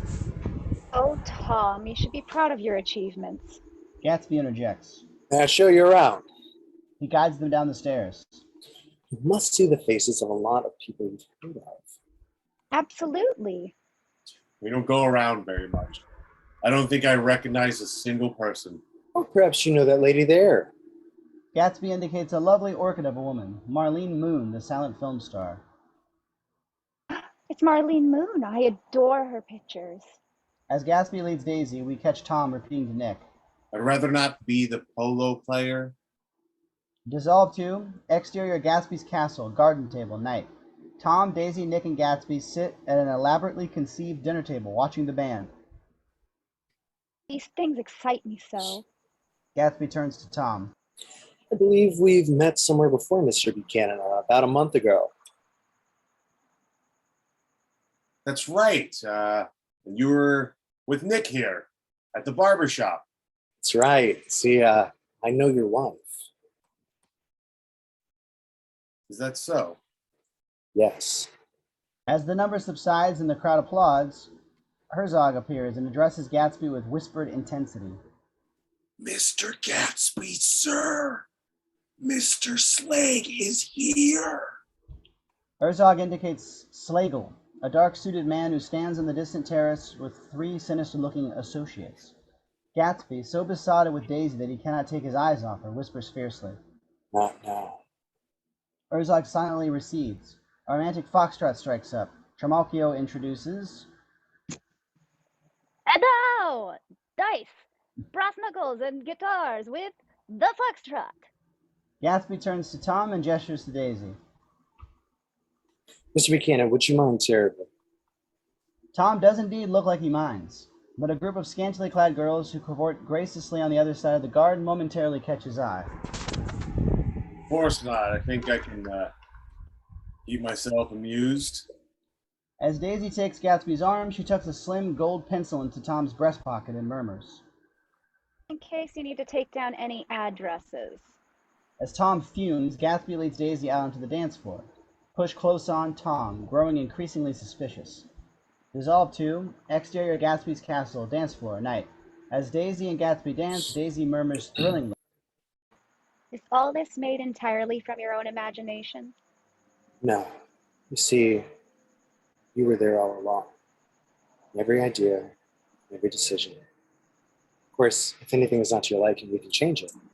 It's perfect. From your perfect, irresistible imagination. Exterior Gatsby's castle, terrace, night. Tom and Nick watch Gatsby and Daisy dance. Tom looks around, perplexed by a distant thought. Where the devil met Daisy? He notices Marlene Moon seductively, secretly watching him. I'll find you. He leaves Nick alone, and Nick watches as Gatsby simultaneously leads Daisy from the dance floor. Exterior Nick's bungalow, magic tree, night. Daisy runs ahead, playfully hurrying past the low-hanging branches of the massive tree. She disappears inside. Gatsby follows, but upon entering the secluded, starlit world, sees no sign of Daisy. Then, from out of the shadows, the sparkle of jewels. Gatsby turns, and Daisy's lips suddenly find his. A long, still kiss. Exterior Gatsby's castle, bar, night. Nick is keeping watch, gazing down to his yard and the tree, when Tom suddenly appears. Have you seen my wife? Startled, Nick turns. Sorry. No, not for a while. That's funny. The senator said he saw her down here. Tom follows Nick's gaze down toward the tree. Exterior Nick's bungalow, magic tree, night. Gatsby and Daisy continue their passionate kissing. After a moment, Daisy whispers. I wish we could just run away. Gatsby is startled. Run away, darling. No. Daisy, that wouldn't be respectable. Exterior Gatsby's castle, bar, night. Tom is still looking to the tree. Do you live near here, Nick? Nick, an overwhelming sense of guilt, indicates vaguely in the direction of the tree. Just next door. That's so. Exterior Nick's bungalow, magic tree, night. Gatsby continues. We're going to live here, in this house, together. You and me, Daisy. It's time for you to tell Tom. Exterior Gatsby castle, bar, night. Close on Nick, a moment of extreme tension as he fears Tom will investigate further. Suddenly, their attention is drawn to a commotion on the terrace. Glasses smash, a woman screams, and through the crowd we see Slagle and associates causing a disturbance. What a circus. Well, if you see her, I'll be looking for her. You tell her. Exterior Nick's bungalow, magic tree, night. The hidden lovers speak in intense, hushed tones.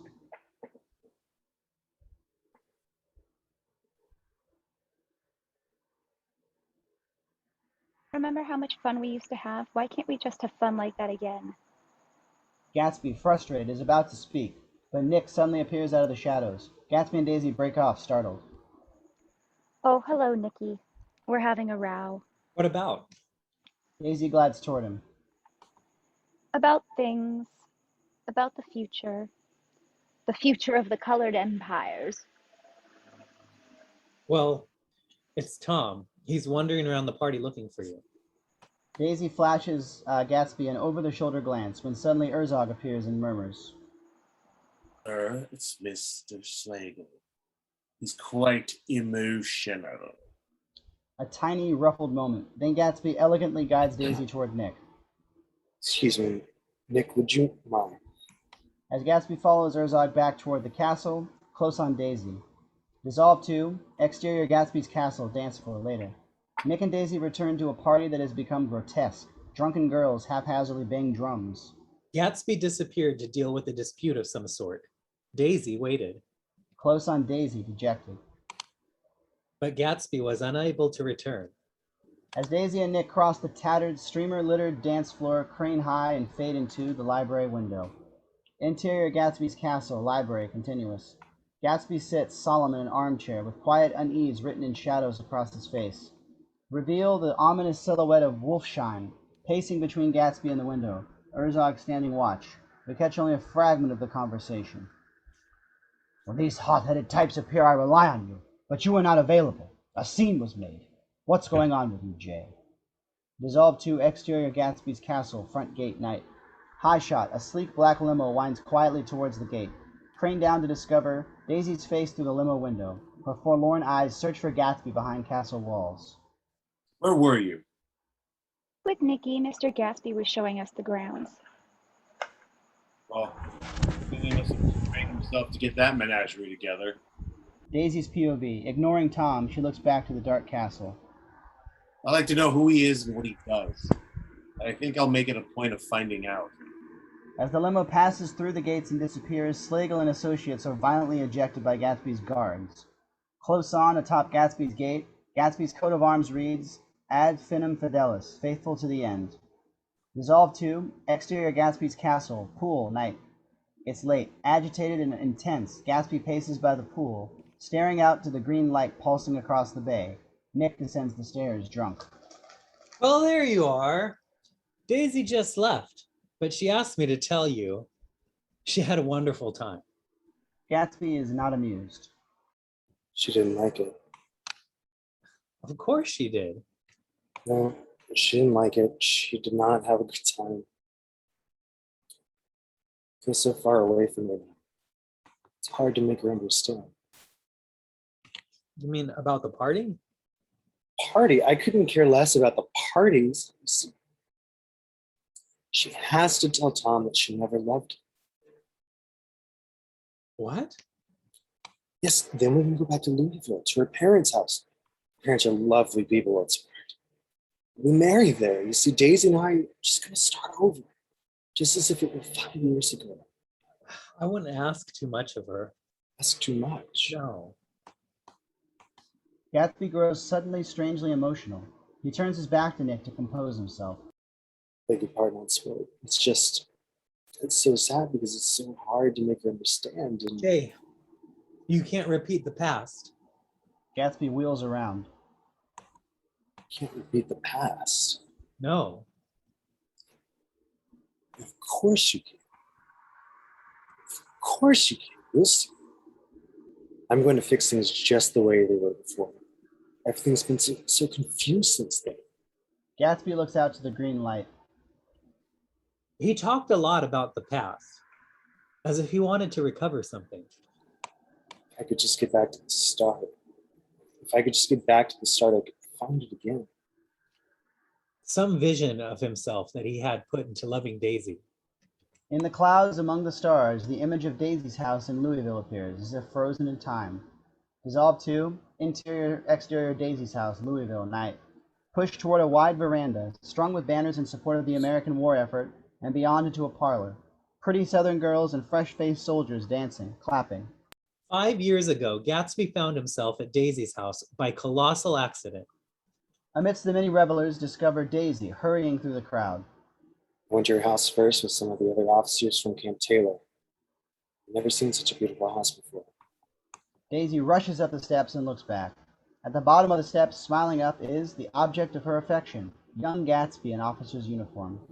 But his uniform is the truth, that he was a penniless young man with only that grand vision of himself. Daisy's mother stops her on the steps. Daisy, don't scamper. There's so many dashing young officers here and from such illustrious families. Close on Gatsby, watching Daisy. I always knew that I could climb, but I could only climb if I climbed alone. Against his better judgment, he follows Daisy up. Interior Daisy's house, conservatory, atrium, night. Checking to make sure no one is seen, Daisy slips quietly through a set of doors into the conservatory. Gatsby is not far behind. A secret rendezvous. Exterior Gatsby's castle, pool, night. I knew that when I kissed this girl, I would forever wed her. Interior Daisy's house, conservatory/atrium, night. Daisy throws herself into Gatsby's arms. About to kiss, Gatsby is struck by a sudden instinctive thought. Exterior Gatsby's castle, pool, night. Gatsby remembers. So I stopped, and I waited. I waited. Interior Daisy's house, conservatory/atrium, night. Gatsby's eyes drift up. Waited for a moment longer.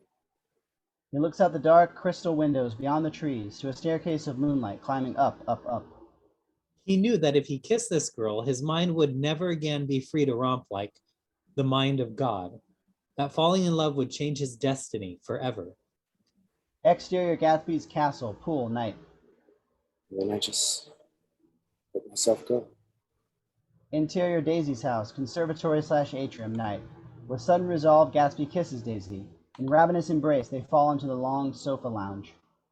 She blossomed for him like a flower. Extreme close-up, Daisy, her lips tremble, eyes wide, breath quickening. And the incarnation was complete. Dissolve 2, exterior Gatsby's castle, pool, night. The other layers of imagery in the clouds melt away, leaving Nick and Gatsby standing by the pool. I knew it was a great mistake for a man like me to fall in love. Great mistake. I'm only 32. Might still be a great man if I could only forget that I once lost Daisy. My life would split. My life has gone to be like this. He draws a slanting line from the lawn to the stars. It's got to keep going up. Gatsby looks to the green light.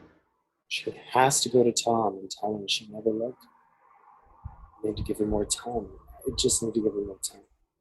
He turns to Nick, reassuring both of them. Don't worry, old sport. Don't worry. I can protect her here. Good night, old sport. Gatsby heads for his castle and turns and calls. You're wrong about the past, old sport. Gatsby's POV, the green light across the bay. You're wrong.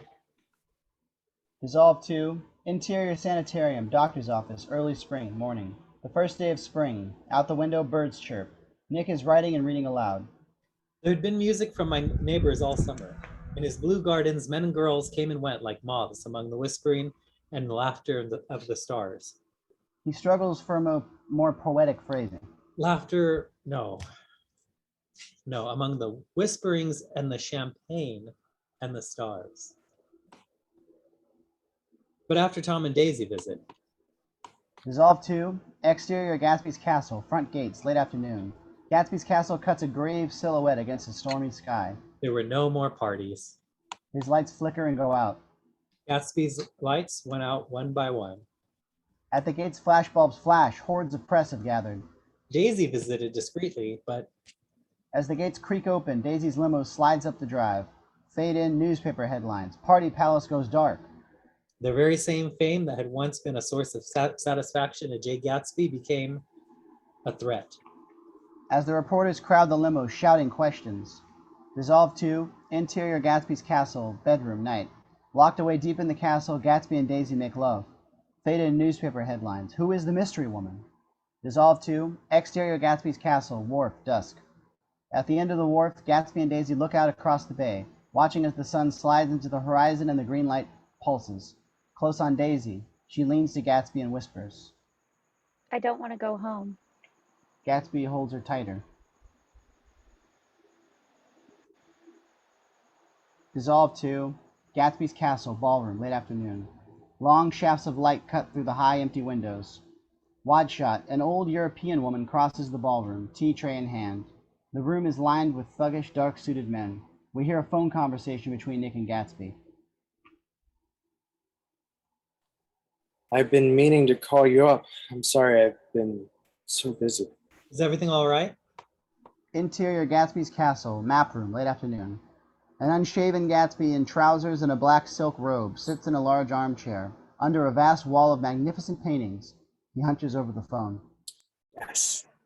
Daisy and I are very much in love. I hear you fired all your servants. Daisy comes over sometimes in the afternoons, and I wanted some people who would gossip until we decided what we're going to do. See, these two towns are pretty close together, and it gets in the papers. You understand? There's some people Wolfsheim wanted to do something for. Herzog stands in the shadows, and the old European woman pours coffee and then recedes. What's the difference as long as they can cook and make beds? Interior Probity Trust, Nick's office, late afternoon. Nick holds the phone close to his ear, trying to hear Gatsby above the din around him. His work is piled high. Interior Gatsby's castle, map room, late afternoon. Gatsby whispers into the phone. Nick, Daisy's ready. She's ready. There's just one thing. She's requested that you and Miss Baker be there at lunch tomorrow at her house. Will you come, old sport? Daisy needs you. We need you. Will you come, old sport? Interior Probity Trust, Nick's office, late afternoon. Push in on Nick. A decision looms. Resolve to exterior Buchanan Mansion, day, wide shot. The imposing Buchanan Mansion bakes in the sun. Resolve to interior Buchanan Mansion, dining room, day. Close on Tom lighting a fat Cuban from a chrome lighter. You know, I read somewhere that the sun gets hotter every year. Blue cigar smoke wafts over the clearing of plates. Wait a minute. It's the opposite. Tom stands and strolls to the open French window. The sun is getting colder every year. Daisy grips a wine glass in her trembling hand. Her eyes are terrified. Perspiration forms on her upper lip. She glances to Gatsby, who stares resolutely from across the table. Close on, a perspiring Nick. He glances from Daisy to Gatsby. The tension is excruciating. Out the window, Tom catches sight of a sailboat across the bay. Oh, I'd like to be out on that bay today. Close on Gatsby. He looks up. Beyond the sailboat, he can see the outline of his castle. Right across from you.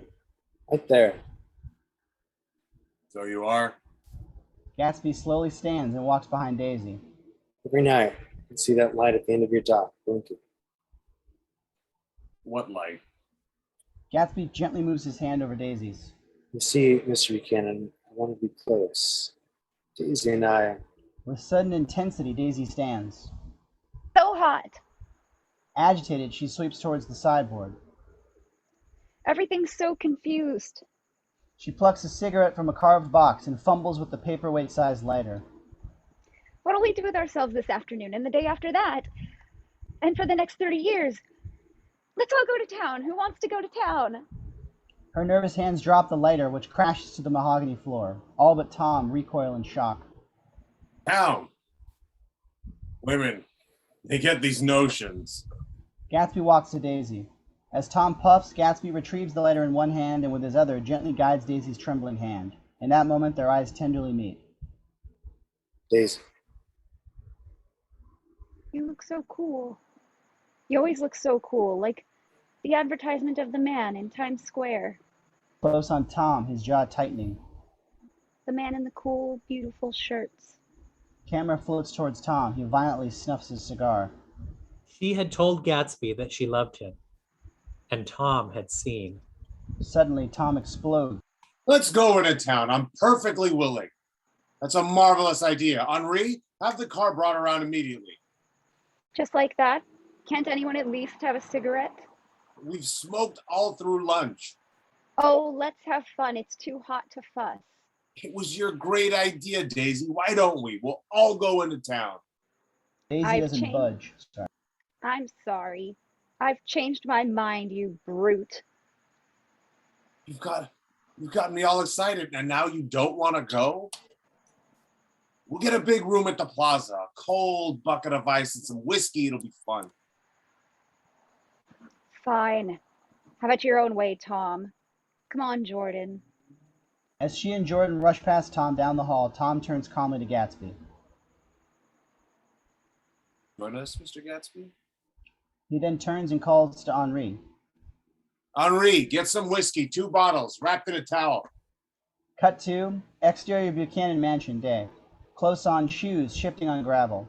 Gatsby and Nick stand uncomfortably on the drive, waiting for Tom and the women. Bang! Tom storms out, wrapping a quart bottle in a towel. Daisy and Jordan follow. Mr. Gatsby, would you be good enough to take my coupe? And I'll drive everyone else into your circus wagon. I don't think there's much gas at school. Gatsby looks to Daisy, a burning stare. Plenty of gas. And if we run out, then we'll stop at a drugstore. I hear you can buy anything at those drugstores nowadays. Isn't that right, Mr. Gatsby? A moment of sharp tension. Daisy wrenches from Tom's arm. You take Nick and Jordan, Tom.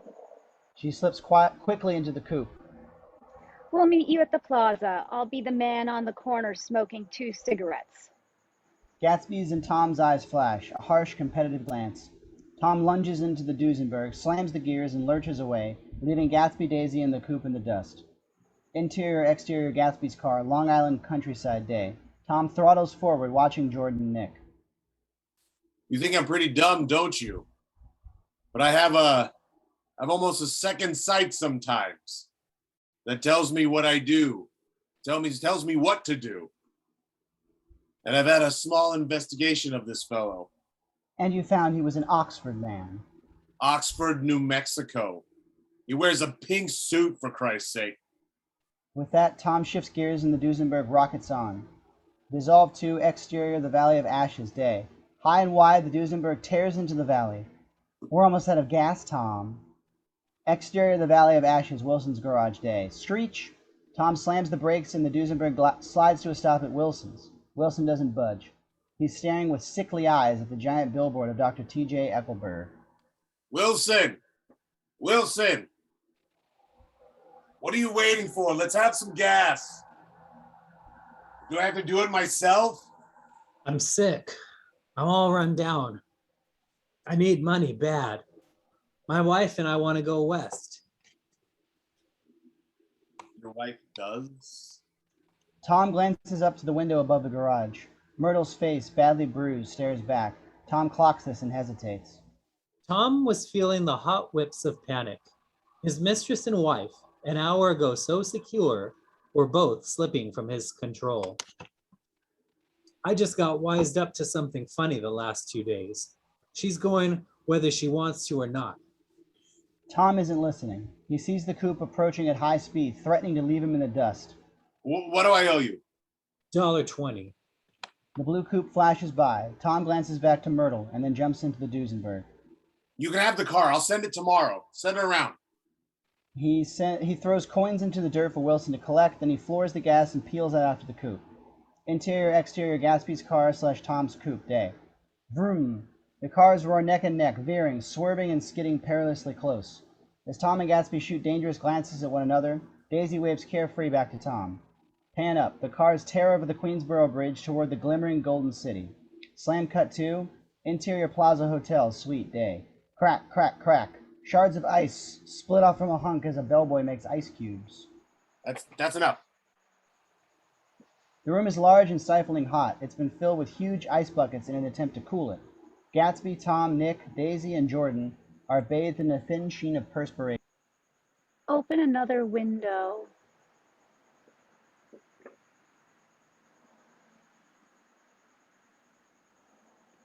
There aren't any more. Then telephone for an axe. Forget about the heat. You make it worse by crabbing about it. Now let her alone, old sport. That's a great expression of yours, isn't it? What is? Tom turns to Gatsby. Old sport. Where did you pick it up? Now see here, Tom, if you're going to make personal remarks, I won't stay here 1 minute.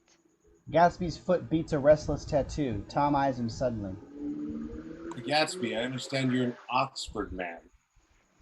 No, not exactly. Oh, yes, I understand you went to Oxford. Yes, I went there. Tom's laugh is incredulous and insulting. Sure, the pink man, the pink suit went to Oxford. Tom. Gatsby stands. I told you, I went there. Oh, I heard you, but I'd like to know when. You'd like to know when? It was in 1919. I only stayed 5 months. That's why I can't exactly call myself an Oxford man. Tom glances around to see if the others mirror his disbelief, but they are all looking at Gatsby. See, it was an opportunity they gave some of the officers who actually fought in the war. Nick can't help but smile. I wanted to get up and slap Gatsby on the back. I'll make you a drink, Tom, then you won't seem so stupid to yourself. But Tom's not done yet. Wait a minute. I want to ask Mr. Gatsby one more question. Go on. Please, Mr. Buchanan, go on. What kind of a row are you trying to cause in my house anyhow? They're out in the open at last, and Gatsby is content. He isn't causing a row. You're causing a row. Please have a little self-control. Self-control. I suppose the latest thing is to sit back and let Mr. Nobody from nowhere make love to your wife. Well, if that's the idea, then count me out. See, nowadays, people like to begin sneering at family life and family institutions, and next thing you know, they'll let everything overboard and let intermarriage between black and white. We're all white here, Tom. Your wife doesn't love you. She's never loved you, and she loves me. You must be crazy. No, old sport. See, she never loved you. She only married you because I was poor and she was tired of waiting. It was a terrible, terrible mistake, but in her heart, she never loved anyone but me. We should go. Daisy and I have nothing to hide. Jay, let's go, please. Sit down. Yes, Daisy. Please, sit down. Tom's voice gropes unsuccessfully for the paternal note. What's been going on? I want to hear all about it. Just told you what's been going on. It's been going on for 5 years. Tom turns to Daisy sharply. You've been seeing him for 5 years? Not seeing. No, we couldn't. But both of us loved each other all that time, old sport. And you didn't know. I used to laugh sometimes to think that you didn't know. That's all. You're crazy. I can't speak about what happened 5 years ago because I didn't know Daisy then. But I'll be damned if I see how you got within a mile of her unless you brought the groceries to the back door. But all the rest is a goddamn lie. Daisy loved me when she married me, and she loves me now. Tom starts to make himself a drink. Yeah. She does, though. And what's more, I love Daisy too. Once in a while, I go off on a spree, but I always come back. In my heart, I love her all the time. You're revolting. Daisy's voice drops an octave lower, filling the room with thrilling scorn. Do you know why we left Chicago? I'm surprised they didn't treat you to the story of that little spree. Gatsby walks over and stands beside Daisy. It's all over now. Just tell him the truth. She never loved him, and all this pain will be wiped out forever. Daisy looks at Gatsby blindly. Why? How could I love him possibly? You never loved him. Daisy hesitates. Too late, she realizes what she's doing. I never loved him. That's right. Not at Capiolani? No. Not the day I carried you down from the punch bowl to keep your shoes dry, Daisy? Never? Please don't. Daisy. Her voice is cold, but the anger is gone. There, Jay. She trembles as she looks. You want too much. I love you now. Isn't that enough? I can't help what's past. I did love him once, but I loved you too. You loved me too. Even that's a lie. She didn't know you were alive. There are things between Daisy and me that you will never know. Things that neither of us can forget. The words seem to bite physically into Gatsby. I want to speak to Daisy alone. She's all excited now. Even alone, I can't say I never loved Tom. It wouldn't be true. Of course it wouldn't. Daisy turns to her husband. As if it mattered to you. Of course it matters. I'm going to take better care of you from now on. You're not going to take care of her anymore. Daisy's leaving you. Nonsense. I am, though. She's not leaving me, and certainly not for a common swindler. Tom's words suddenly lean down over Gatsby. Mr. Gatsby, who exactly are you anyhow? You see, I've made a small investigation into your affairs. You're one of Mayor Wolfsheim's bunch. Tom turns to the others and speaks rapidly. See, he and this Wolfsheim bought a lot of drugstores and sold bootleg alcohol over the counter. What about it, old sport? Oh, don't call me on old sport. This drugstore business is just a small change compared to the bond stunts you have with Wolfsheim and what you've got going on now. Well, your friend Walter Chase isn't too proud to come in on it. I've been giving that some thought. How does a reputable banker like Walter Chase find himself up to his eyeballs in debt with a little fucker like Wolfsheim? It's called greed, old sport. Ah, that's right. You've got half of Wall Street out, and now you're swindling free booze at that fun park every weekend. I'm surprised he hasn't tried to drag you in. Nick looks away sharply. Tom registers this. Oh my God, he has. He's got nothing to do with it. With your little racket, Daisy. Can't you see this? Can't you see who this guy is?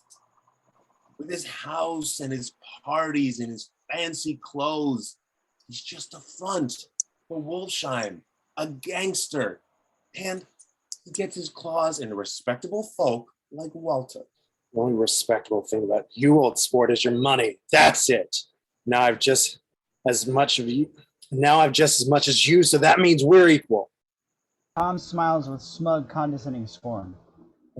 Oh no, we are different. I am. They are. She is. We're all different from you. We're all born different. It's in our blood. And nothing you can do or say or steal or dream up can ever change that. And a girl like Daisy will never. Gatsby explodes with terrifying Shut up! Shut up! Shut up! Shock jolts the room. We float towards Gatsby. His rage-filled eyes stare into the void. As with all of his willpower, he restrains himself from ripping Tom apart. Gatsby looked, in that moment, as if he had killed a man. Tom snorts a dismissive laugh. Yes, that's right, Mr. Gatsby. Show us what those fine Oxford manners. Gatsby recovers and turns to Daisy, who is trembling in the corner on the verge of tears.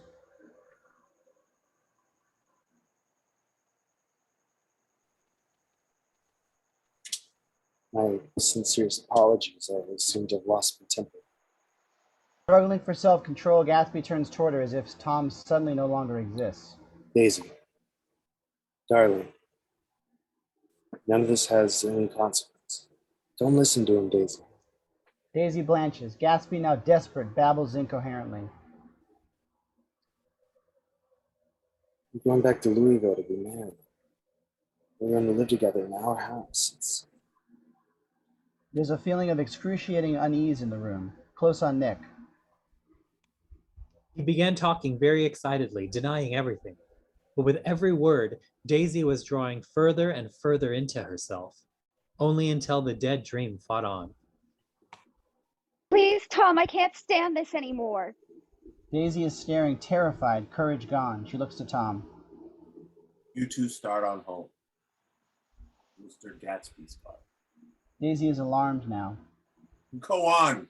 He won't annoy you. I think he realizes that this little flirtation is over. Daisy, hysterical, runs from the room. Gatsby pursues her. Daisy. Daisy and Gatsby are gone. A terrible silence fills the room. Tom begins wrapping the unopened whiskey bottle in the towel. You want any of this?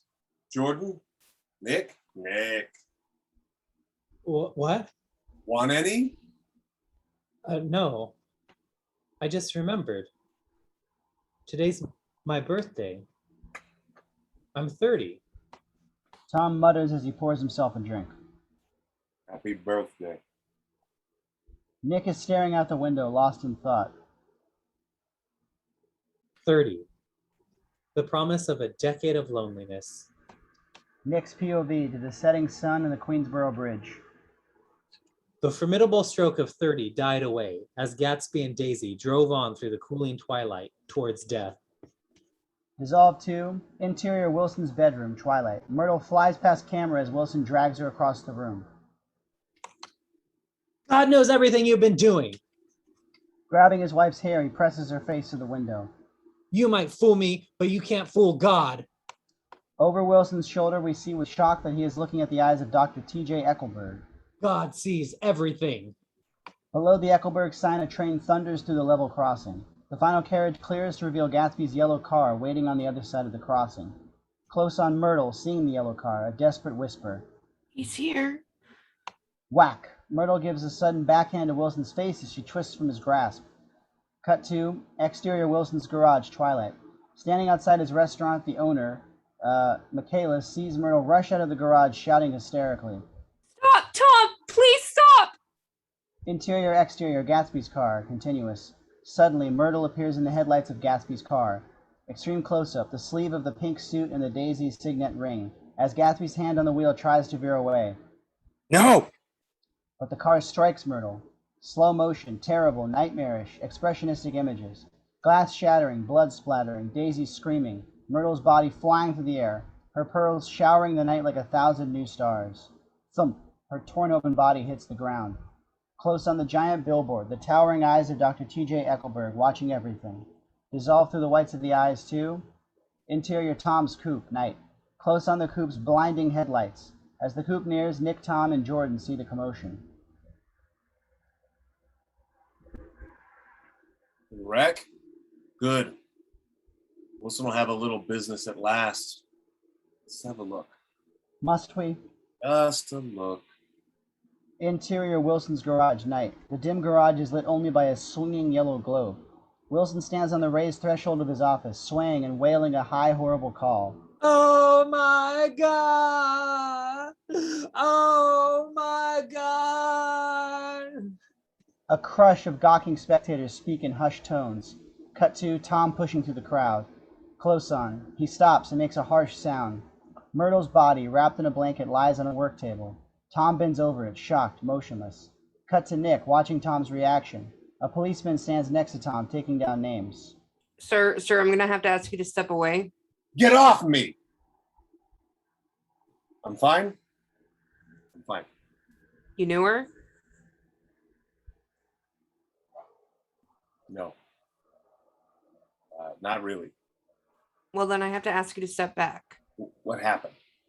She ran out in the road. Son of a bitch didn't even stop his car. A well-dressed African-American man steps near. Saw it. It was a yellow car. Big yellow car. Cut to Tom, a slow realization. Push in on Nick, a disbelieving horror. The Greek restaurant owner Michaelis pipes up. Yeah, big yellow doozy. Custom job. Some of this conversation has reached Wilson. Suddenly sighting Tom, he moves toward him with a cry. You don't have to tell me what kind of car it was. I know what kind of car it was. Tom, realizing the danger, moves quickly and seizes Wilson. Pull yourself together.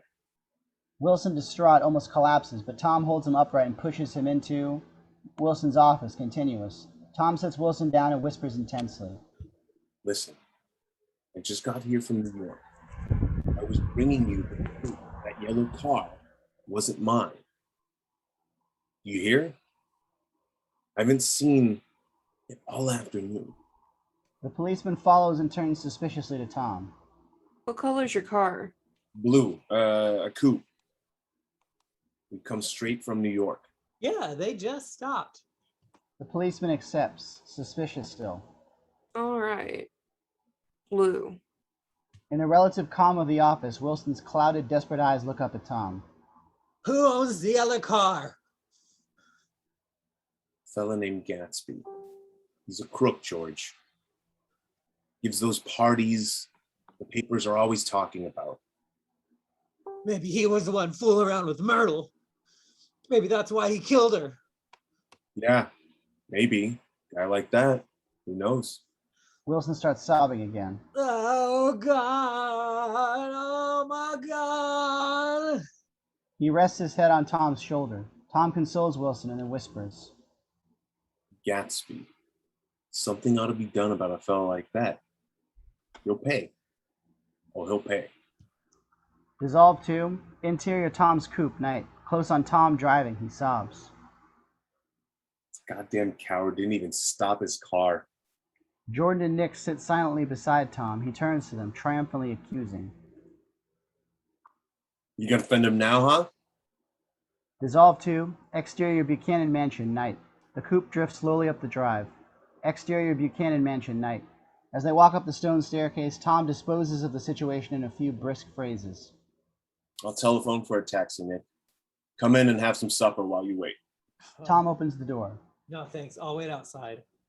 Tom stares at Nick, absorbing his disdain.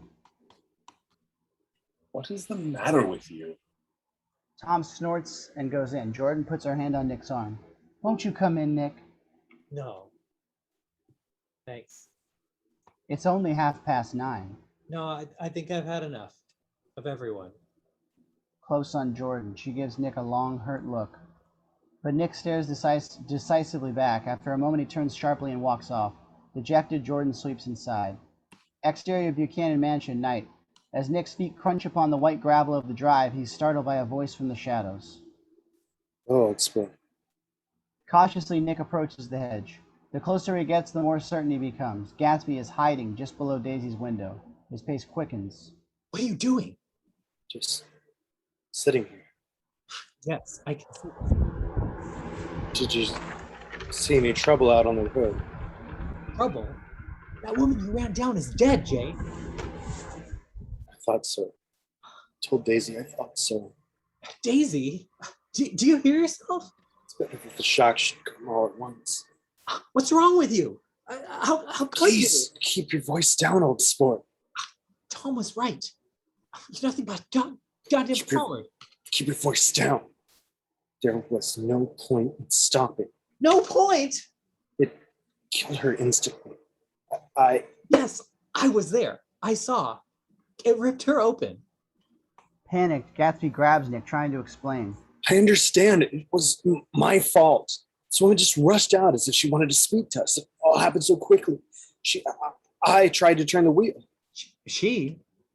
Suddenly, the creak of a door opening, a shaft of light. Henri emerges. In an interminable moment, Gatsby and Nick hold their breaths. Finally, Henri goes back in. Close on Nick, a realization. It was Daisy? Finally, and very slowly, Gatsby admits. See, after we left New York, she was very nervous. She thought driving would steady her. This woman, she just rushed out at us. Cut 2. We replay the violent accident, this time fully revealing that it was Daisy behind the wheel. It all happened so quickly. It wasn't her fault. It was my fault. I should have taken the wheel. No one must know. Promise me, no one. Promise me. Jay, you shouldn't be here. You should get out of here. Gatsby gazes back to the house. No, I'm going to wait. Wait all night if necessary. See, Daisy's locked herself in her room. She's going to turn her light off and on again if he tries to bother her. About that unpleasantness this afternoon. He tries any brutality whatsoever. Tom won't touch her. He's not even thinking about her. Well, I don't trust him, old sport. I don't trust him. Nick considers the light at the end of the terrace. All right, wait here. I'll see if there's any commotion. Would you do that for me? Thank you. Thank you, old sport. Exterior Buchanan Mansion, terrace, night. Nick skirts the terrace. Rounding the corner, Nick, unseen in the shadows, can see Tom and Daisy sitting at one end of the vast dining table, a plate of cold chicken and 2 bottles of ale between them. As Tom speaks intently and earnestly at Daisy, his hand falls gently upon hers, and she nods tiredly in agreement. It's going to be all right. Then, very slowly, Daisy lays her head on Tom's shoulder, close on Nick, shocked, angry. Dissolve 2, exterior Nick's bungalow, porch, night. Discover Nick sitting, drinking from a bottle of whiskey. The sound of a car coming up Gatsby's drive. Interior Gatsby's garage, night. Close on, Gatsby cleaning blood from the Duesenberg's fender. Nick appears, coming across the yard. Jay, everything all right? Exhausted, Gatsby turns. Hello, old sport. Yes, everything's just fine. About 4 o'clock, she came to the window and she just stood there. And she turned out the light, so. Give me a hand, will you, old sport? Close on Nick. I should have told him what I had just seen, but all I could manage was, Jay, you ought to go away. He helps Gatsby cover the car. Tonight. They'll trace your car. Go away. I can't leave now. Not tonight. Do you understand that a woman has been killed? Nick follows him from the garage toward the house. Daisy's going to call in the morning. Then we'll make plans to go away together. But Jay, she... Sensing Nick's tone, Gatsby cuts him off and banishes all doubt with intense certainty. She just needs time to think. She'll call. In the morning, she just needs time to think. Jay... She just needs time to think, and she's going to call in the morning. Gatsby smiles that smile of endless possibility. He turns to go in, but stops. Wait up with me. Sun's almost up. That was the night he finally told me the truth. All of it. Dissolve 2, interior Gatsby's castle, map room, night. Gatsby's voice echoes through the empty halls of his vast, lonely mansion as he confesses. No, but for a while I had a lot of things. The truth is, I'm empty. I suppose that's why I made things up about myself. But I've wanted to tell you the whole story for a long time. You see, I worked terribly, terribly poor at school. My folks were, well... As Gatsby continues, Nick's voiceover fades up. He revealed his humble beginnings, his transformative voyage with Dan Cody, the war, Oxford, and how he joined Wolfsheim in the business. Dissolve 2, exterior Gatsby's castle, wharf, pre-dawn. In the silvery pre-dawn, Nick and Gatsby trail slowly toward the end of the dock. It was also that night that I became aware of Gatsby's extraordinary gift for hope. Can't describe to you how surprised I was to find out that I loved her at school. And she loved me too. A gift that I've never found in any other person. I never realized just how extraordinary a nice girl could be. And which is not likely I shall ever find again. Thought out my life with Daisy, trying to figure out how we could marry and struggle along on so many dollars a month. Finally, Nick is able to ask. What was in the letter? Gatsby reaches the end of the wharf and looks to the green light across the bay. Truth. Reason why after the war I hadn't been able to return. In the clouds overhead, the image of Daisy in the bathtub with the dissolving letter. And now we can see what Gatsby wrote in that fateful last letter. Daisy, the truth is, I'm penniless. I asked her to wait until I made something in my cellar. She was young. There was so much pressure. The image of Daisy fades. See, I felt married to her. That's all. It had all been for her. The house, the parties, everything. Cut to interior Wilson's garage, day. Close on a hand takes a revolver from a desk drawer. It's Wilson. Float toward the window behind him. We see the staring eyes of Dr. T.J. Eckelberg.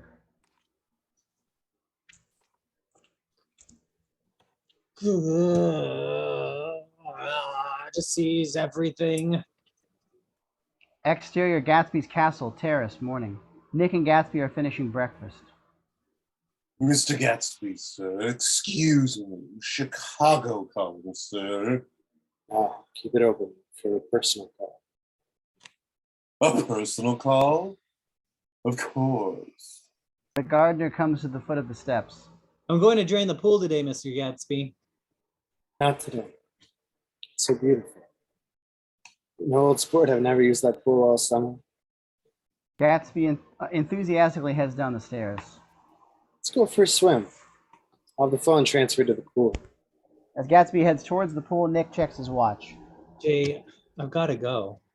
I have to work. Understand. Well, I'll walk you out. Gatsby leads Nick toward the side gate. At the gate, I'll call you up. Do old sport, please do. I suppose Daisy will call too. I suppose so. Well, goodbye. Nick lingers. Then they shake hands and he starts away. Just before he reaches the hedge, he turns back and calls. They're a rotten crowd. You're worth the whole damn bunch put together. First, Gatsby nods politely, and then his face breaks into that radiant and understanding smile. I was always glad I said that. It was the only compliment I ever paid him. Dissolve 2. Interior Probity Trust Building, Nick's office, day. Close on Nick, tired, sick looking. That morning, Wall Street boomed, its usual golden roar. But I wasn't worth a decent stroke of work. I waited for Gatsby to call with news. Exterior Gatsby's castle, pool, day. Gatsby heads for the pool, ready to swim. While he waited for Daisy. Splash. Gatsby dives gracefully into the pool. We see Gatsby from below, body gliding through clear water. Interior Buchanan mansion, Daisy's bedroom, day. Close on a white telephone on an ivory plinth. Reveal Daisy considering the phone. Exterior Gatsby's castle, grounds, day. A gun dangles from a hand. Wilson's scarecrow shadow ripples across the lawn. Exterior Gatsby's castle, pool, continuous. Gatsby's head breaks the smooth green surface of the water. Suddenly, bring! The phone rings. Gatsby smiles and gazes across toward the green light, toward Daisy. Pull focus. Atop the monumental stairs, Wilson raises a gun. The crack of a gunshot. Close on Gatsby. A moment of strangled, startled wonder. His lips form a final, breathless. Easy. Then his face hardens as he slowly falls backwards. Splash. Placing his gun in his mouth, Wilson pulls the trigger. Bang. Interior Probity Trust Building, Nick's office, continuous. A silent image of Nick screaming into the phone. Interior Buchanan mansion, Daisy's bedroom, continuous. Daisy's hand rests on the phone. She never called. Dissolve 2. Exterior Gatsby's castle, pool, day. Gatsby's body descends through a cloud of blood. After all these years, I remember the rest of that day, and that night and the next day as an endless drill. Looking up from the bottom of the pool, we see a crowd of staring faces and the pop of flashbulbs through water. Of police and photographers and tabloid reporters. The headlines were a nightmare. They pinned everything on Gatsby. Through the water, headlines fade in. Bootlegger kills mistress. The affair with Myrtle, Hit and run. the hit and run, Gatsby guilty of murder. everything. Interior Gatsby's castle, grand ballroom, day. Extreme close-up, Gatsby's ghostly face. And there was nothing I could say except for one unutterable fact, that none of it was true. Pull to reveal Gatsby, immaculately attired, is laid out in a silver coffin and crowded by a crush of policemen, photographers, and reporters. Interior Buchanan mansion, portico, day. Top shot. Servants carry endless luggage through the hall, down the stairs and out the front door. Ring! A phone rings off screen. At the bottom of the stairs, discover Daisy and Pammy. Daddy's taking care of his two favorite girls. Ring! But where are we going? Just for a little trip, just you, me, and Daddy. Ring! Tom appears beside Daisy. Should go.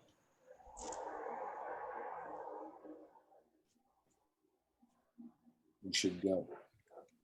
Ring! Finally at the top of the stairs, Henri answers.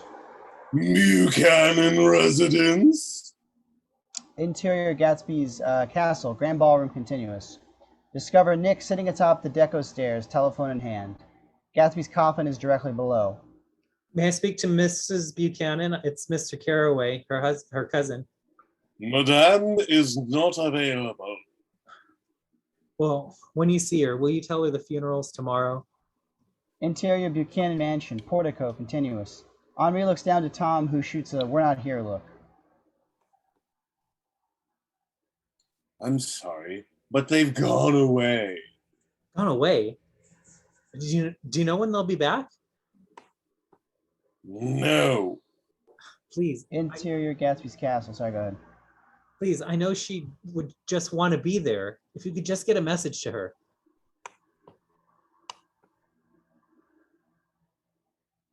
I have no further information, monsieur. Au revoir. Click. Henri abruptly hangs up. Hello? Hello? The Buchanan family exits. Interior Gatsby's castle, grand ballroom, continuous, as Nick slowly, bitterly hangs up the telephone. They were careless people, Tom and Daisy. They smashed up things and people and then retreated back into their money and their vast carelessness. He looks to the throng of press swarming like vultures around Gatsby's casket. Seized by fury, he snaps and screams as he advances down the stairs. Get out! All of you, get out! Dissolve 2. Interior Gatsby's castle, grand ballroom, night.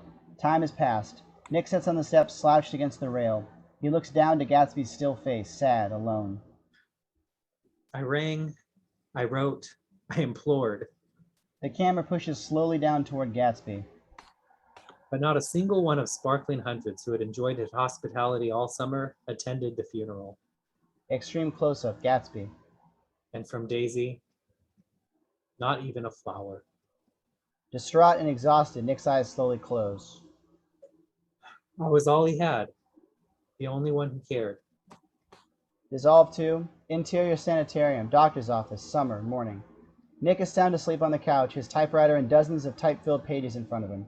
Clearly he's been writing all night. The doctor enters. He looks tenderly to Nick and he picks up a loose page from the floor. Dissolve through the page 2. Exterior New York City day. It's winter now. The city is blanketed by an unforgiving cold gray sky. After Gatsby's death, New York was haunted for me. Discover Nick, a tumult of anger, grief, and despair, wandering unshaven through a Fifth Avenue crowd. That city, my once golden, shimmering mirage, now made me sick. Dissolve 2. Exterior Gatsby's castle, front gates, evening. Drift toward Gatsby's castle, ghostly in the moonlight. On my last night in New York, I returned to that huge, incoherent house once more. Dissolve 2. Interior Gatsby's castle, night. Very drunk, Nick trails over broken relics of lost grandeur, through rooms that have been stripped. Wolfsheim's associates had cleaned the place out. All around Nick, ghostly images from Nick's memory. From all those glittering parties, haunting snatches of music, laughter and conversation, imagery, mixing and fading in and out. He threw all those parties hoping she would wander in one night. Like an amusement park. But how do you live here all alone? She makes it look so splendid, don't you think, old sport? Music, and then we can dance all night. Will you come, old sport? We need you. I wish it could always be like this. It will be. Dissolve 2. Exterior Gatsby's castle, terrace, night. Nick wanders out as a light rain begins to fall. I remembered how we had all come to Gatsby's and guessed at his corruption, while he had stood before us, concealing an incorruptible dream. A final memory. Gatsby and Daisy together on the dance floor. Daisy leans in and whispers happily to Gatsby. It's perfect. From your perfect, irresistible imagination. Dissolve 2. Exterior Gatsby's castle, wharf, night. Nick stumbles along the dock, the rain falling steadily now. The moon rose higher, and as I stood there, brooding on the old unknown world, I thought of Gatsby's wonder when he first picked out the green light at the end of Daisy's dock. Nick looks to the end of the dock where he first saw Gatsby that warm summer night. He had come such a long way. And suddenly, shimmering ghostly through the rain, Gatsby's silhouette can be seen once more, gazing out across the bay. His dream must have seemed so close that he could hardly fail to grasp it. Gatsby turns back towards Nick and smiles. He did not know that it was already behind him. Nick smiles back. Gatsby believed in the green light, the orgastic future that year by year, recedes before us. Push past Gatsby, out over the water toward the green light eternally pulsing at the end of Daisy's dock. It eluded us then, but that's no matter. Tomorrow we will run faster, Gatsby reaches out. stretch out our arms farther, and one fine morning, As we push past Gatsby's outstretched hand, the opening image returns. The green light pulsing in the abstract dark. Nick's final words appear as type on the screen. so we beat on, boats against the current, borne back ceaselessly into the past. Dissolve 2. Interior sanitarium, Nick's room, summer, day. Nick pulls a final page from his typewriter, sets the page on top of his completed manuscript, and we clearly see the title, Gatsby. Nick considers this and then handwrites The Great. Dissolved through the final title, The Great Gatsby. To the green light. It pulses one last time, then fades to black. The end. Thank you, George. Thank you, everyone. Thank you, Cass, Gatsby, Daisy, Tom, Myrtle. Thank you guys for watching. This was Quarantine Theater Company and The Great Gatsby.